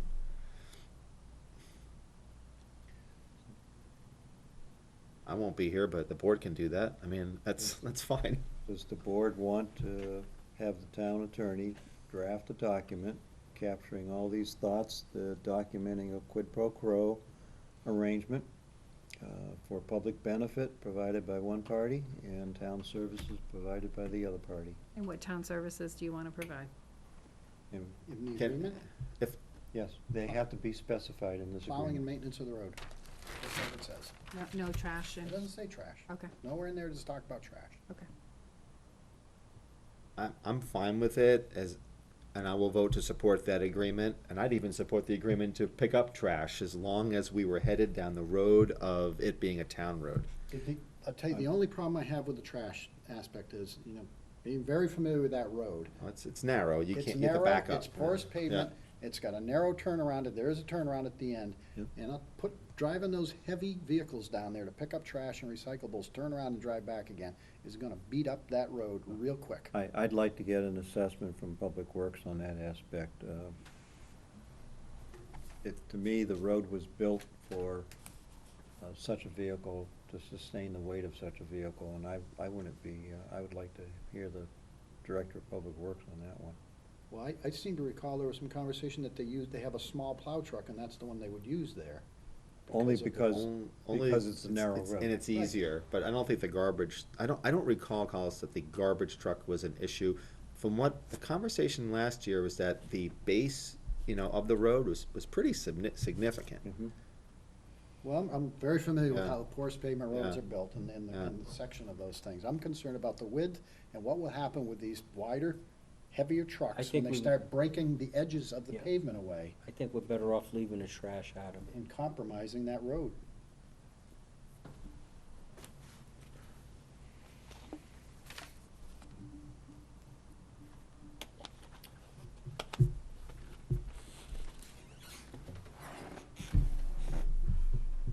What have you captured, Sue, in this document? 'Cause That you want the town You've got to attorney, express this to the town attorney. you want the town attorney to draft a formal agreement between the town of Goffstown and the residents on Lamson Ave who own that road, and the resident who owns a portion at the end of the road. I don't know if that's a separate agreement or all one agreement. I think it should be one agreement amongst all the parties. Okay. So one agreement including those two parcels, so that pedestrians are allowed to pass through to Barnard Park. And because of that public benefit and the public benefit of the drainage system that we have installed there, that we will provide the plowing service.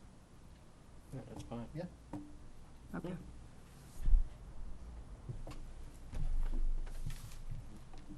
Consensus, Well, okay? I would say we will continue to maintain the road. That would include plowing service, patching the road as necessary, whatever else needs to be done to maintain the road. I wouldn't limit it to I- just plowing. I guess The I'll. maintenance is already in the, It's already Provide in. any and all in easement. maintenance.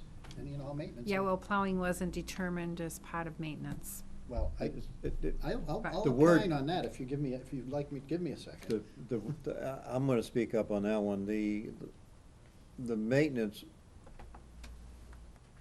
as I interpreted it, was in the course of maintaining some infrastructure under the road. If the asphalt was disturbed, the town would do the maintenance to fix what was disturbed. That, to me, is where the word maintenance came in that agreement.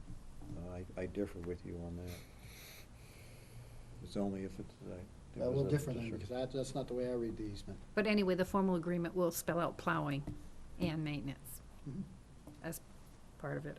Or Scott? I just wanted to clarify again that I will support it as long as this board is okay with putting this before the voters, to accept it as a town road. I won't support it if it's just an agreement. So, 'cause I think it just, you know, we're worried about other people coming back. You know what? The easiest thing to do is to put it before the voters if they want to accept it as a town road, and, I think the agreement that we have in place and everything that's been stated here, the voters should have no problem doing it, and I don't think it hurts us to say it's a town road. Selectman Devanza? He had his hand up before me. But out of due respect and consideration of the private property owners who own the land under the road, I think we ought to have conversations with them prior to this, asking if they would be receptive to that sort of an op. We did last week, They said and they yes. said yes. I don't remember that. He did say yes. Yeah. Did they? Yeah, did. they did. Okay, then we'll pursue it. Sorry, I don't remember that portion of it. I have a question, but on this pursuit of the public road, how does it address, if the road is accepted as a public road, how does it address the easement over the private property? That would always be something that's separate. Yeah. That has to be separate. So, wait a minute, I'm You see- confused. You just said to include both in a formal agreement. Were you also thinking of an easement over the private Yes. property? Oh, okay. Whether it's an agreement Easements or are what. recorded, and they're Right. just as difficult to undo as a public road. Well, I see, I guess where I have the difficulty is accepting this as a public road and having the ability of the right to pass to Barnard Park being extinguished, and yet it remaining as a public How road. would That's, how would that be? I mean, I just asked you. You said they're separate and the other one could go away. No. I mean, if you have a recorded easement, it's Right. a legal document. That's You can't right. just all of a sudden pull it out and say, oh, sorry, no more. That's Easement would my be recorded. question is, Right. how do you A address, recorded easement. but how do you address it as a, we're gonna accept this as a public road, Contingent upon it being a recorded easement that allows passage. You'd have to get the easement in place before you In- even take right. this to town meeting. Exactly. Yeah. well, Which you would need anyway for your agreement. Right. So I don't think, You need a formal agreement, Right. read easement with a Right. private property owner as Yeah. well.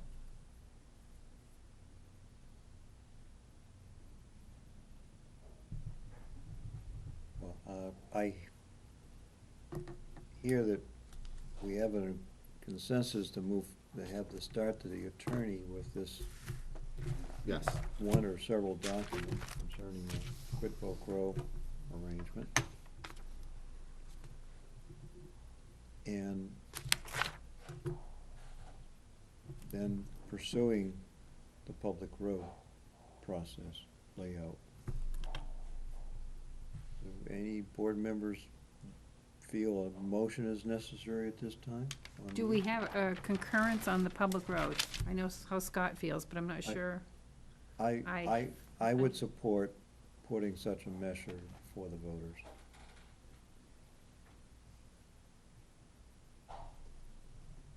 That's two that want to move forward to town meeting with the public road.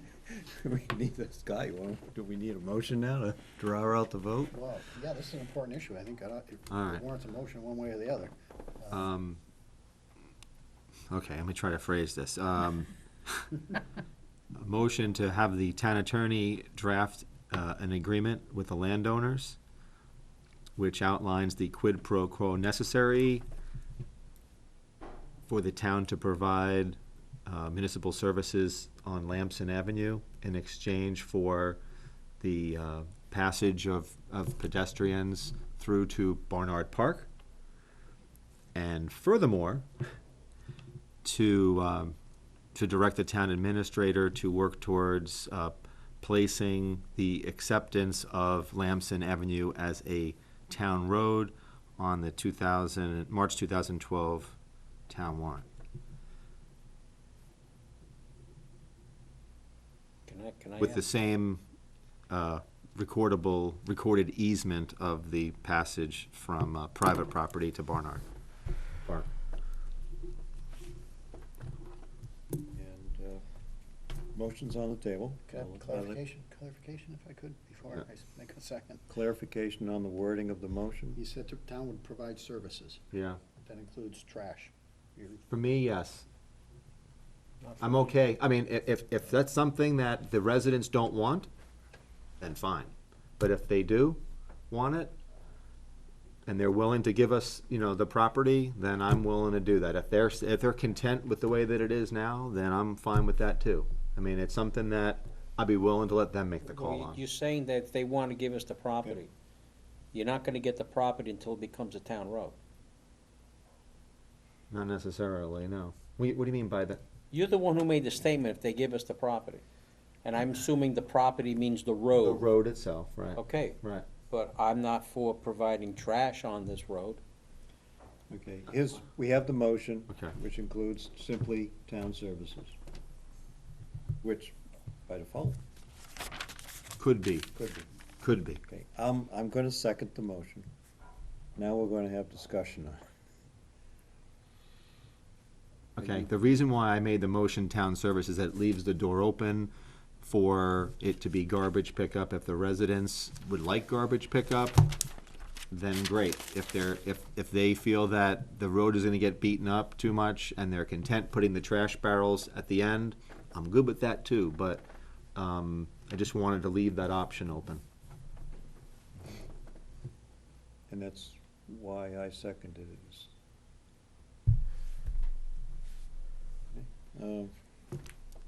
Yes?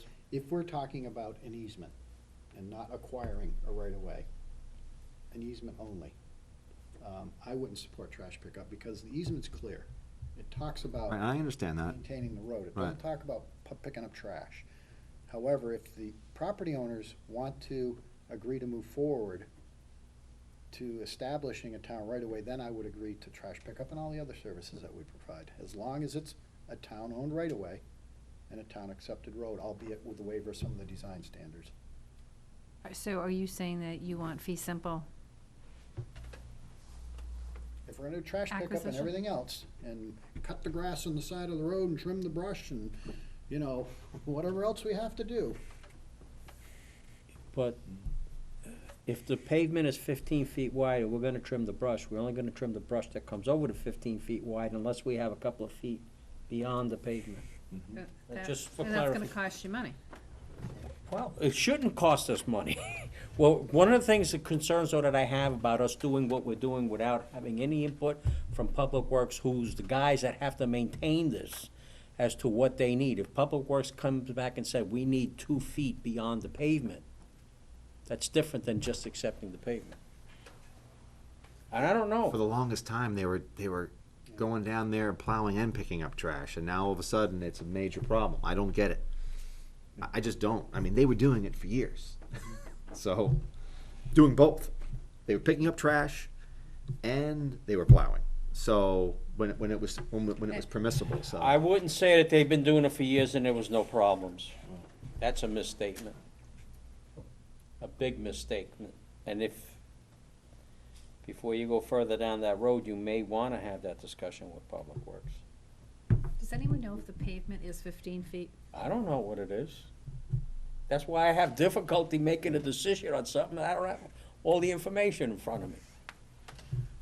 We need, on that point, we would eventually need the recommendation of the Director of Public Works But you can still proceed in that. We're with not the executing payment, with anything. the payment, and actually, what would be a proper right-of-way width, considering what the pavement is?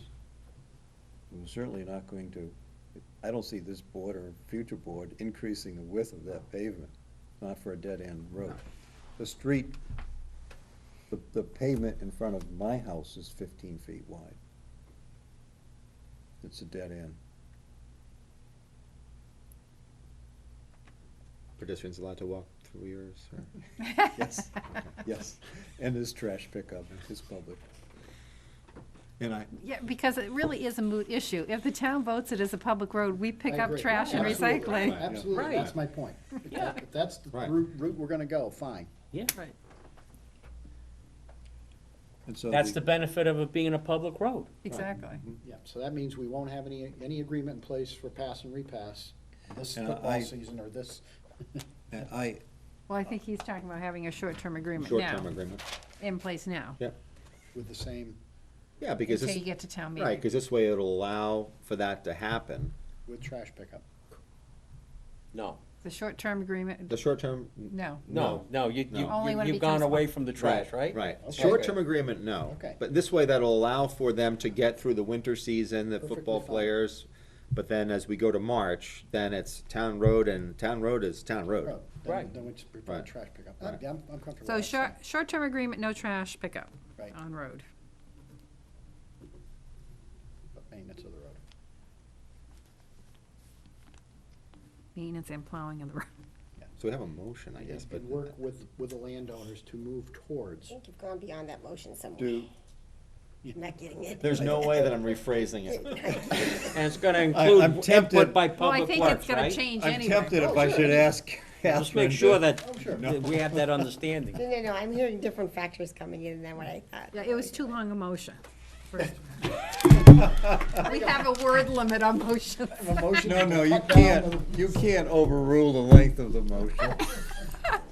Thank you, Chair- Mr. The chair Chairman. won't allow Is that a that. filibuster? Motion? Oh my gosh, like Congress here.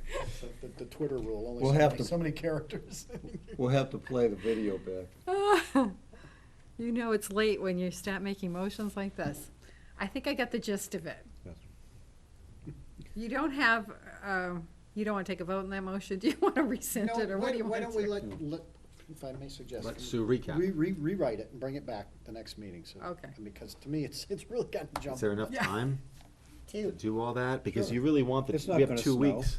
The snow's not going to fly. Yeah, until but you know what? November. The But you next want the 2 weeks time. aren't 2 weeks, because next week is a short week, okay? Why And delay most it? people are on vacation, I don't attorney wanna may delay it. may be on I'm not vacation. worried about Do you want me to try to rephrase it? Yeah. It's up to you. Okay. you wish. To direct the town administrator. I to- withdraw my Oh, it's second. going too fast already. Direct. Motion to direct the town administrator to work with the town's attorney to draft a short-term agreement with the residents of Lamson Avenue, which would allow right of passage on Lamson Avenue to Barnard Park in exchange for the town services of plowing and road maintenance. Maintenance, And maintenance. plowing and maintenance, Plowing and maintenance. and And in for- conjunction with the Public Works Okay, Department. let Scott finish, please. And to furthermore work, well, I mean, it's a contingent motion because it talks about the town adopting it as a town road. So, and furthermore, to work with the Department of Public Works and the town attorney to place the acceptance of Lamson Avenue as a town road on the March 2012 13. 2013 town warrant. It wasn't that long. Long enough, they're still writing. Let her finish writing.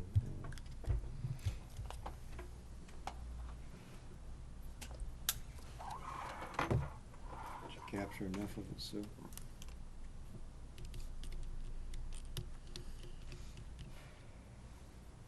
Mark saying, I wish I didn't come to this meeting tonight. Nope, What?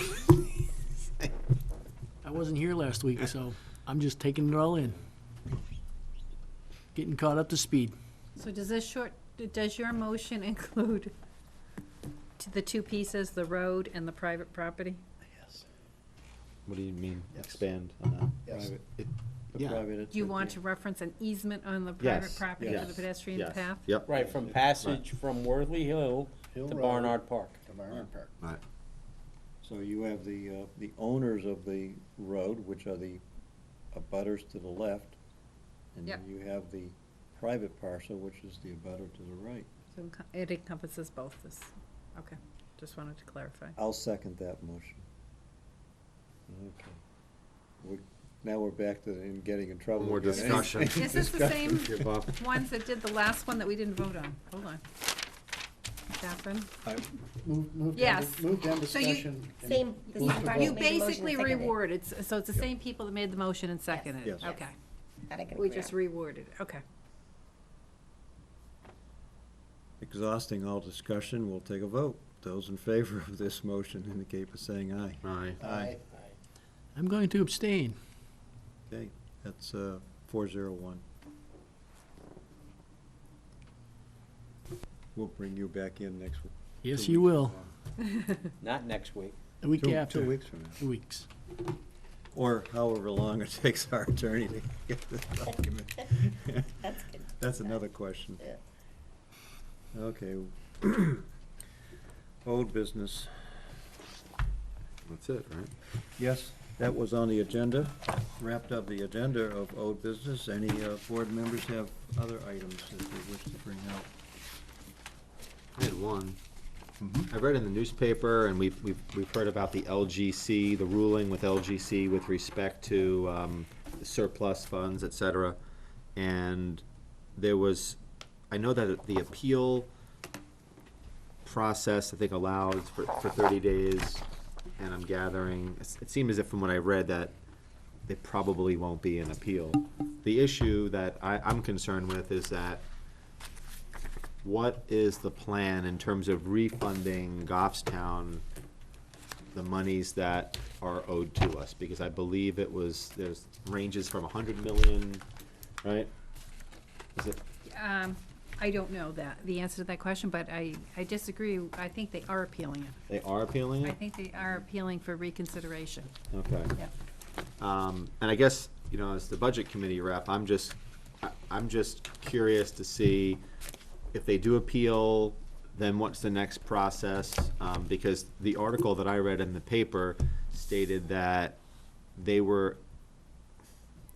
They're They- requesting they- reconsideration that they from would- the appeals officer, That they would, well, the hearing officer. if ultimately they had to reimburse the communities, that they were gonna have some sort of offset or premium, we wouldn't have to pay premiums, or it would be an offset on the premiums. Such a complex issue that I would not want to ping or hang any budget decision on what the outcome would be. It's just too many issues. Well, I I'm just can saying. stay on Could top could of be it. another 2 years before Well, it's decided.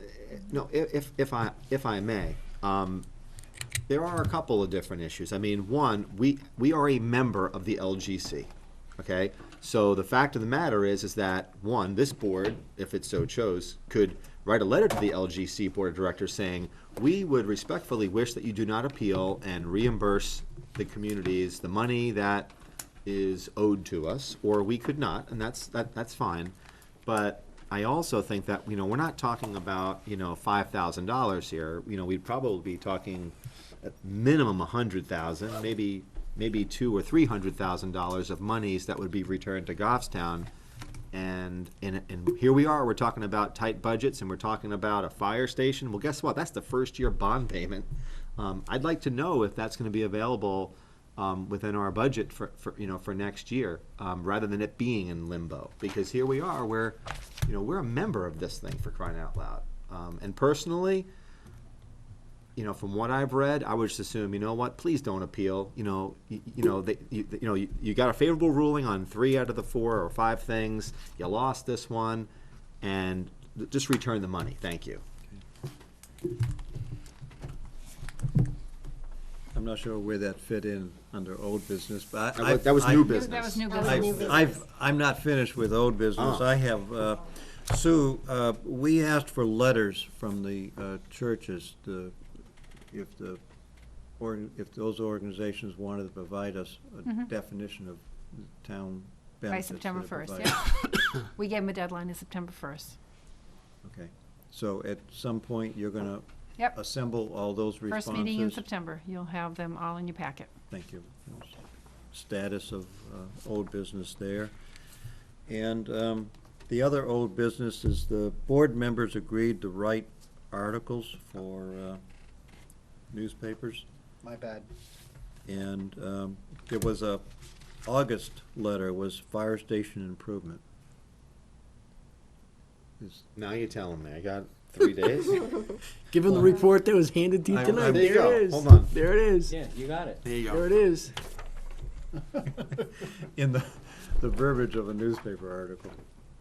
Is that something that could be, could be a few days Yes. late? Yes, I can do that. Just a I friendly have all the reminder. material here. Mr. Chairman, when was the DPW letter? DPW was a July effort. I would offer to replace the fire station August one with the DPW. You're off the hook. Carl. You're the Didn't mayor. Carl do one for July? We worked on a I draft. thought, Oh, okay. I thought Okay. it went in. I thought Did it? Carl, Went in the paper? yes. Yes. Thought it So, did. yeah, I think so. Oh, I didn't see it. Yeah. Missed it. Wow, Unlike I you, missed Carlos. that. I Thanks missed it. anyway. Darn it. So, yeah, I considered the July one done. Is the August I Erfurt, don't remember seeing it. I could have sworn there was one in there.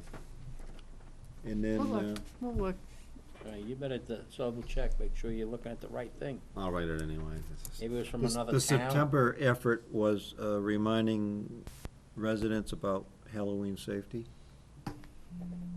So that has to be done, considered a little bit before the 31st. Who's September?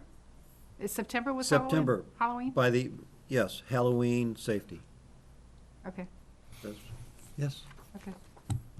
That's right, because there was Public Safety Day is the end of September, isn't it? Yeah. New business. I have one item, new business. We have to figure out who's going to be, I'd like to figure out this evening who's going to be at the various polling stations. So we're not deciding this the night before. I'll do Bernardville as usual. That's all right. No, we have to technically be there. It's a local election. You're that's not on the whole- ballot this time. I am not on the ballot, sir. This is a state one. Right. I can do the high school. I mean, just Yeah, let me no. know the time. I mean, I'd volunteer for that. Does that have to be the same person who split it up during? the usually day? we split it up. Yeah, I'd volunteer for the high school as well. What time do you wanna? Doesn't matter. My schedule's pretty flexible. I mean, you wanna do in the, more towards the afternoon, evening? Doesn't matter, one way, it doesn't matter either way, Scott, whatever works for you. Okay. I'll do the morning. Right, I'll do the afternoon. And I'll share the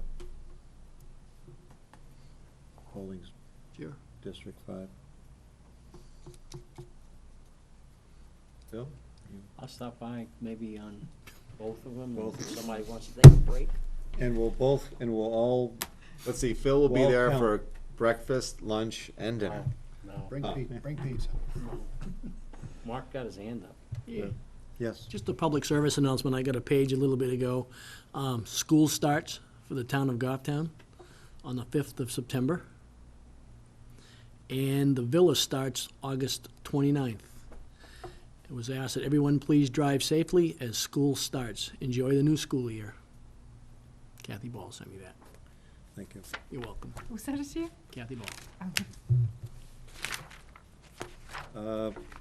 Committee reports were vacant. Oh, I had another old business. Oh, yeah, I was looking at the August 6th meeting minutes, but I wasn't here for that, but there was a presentation by the cable access folks.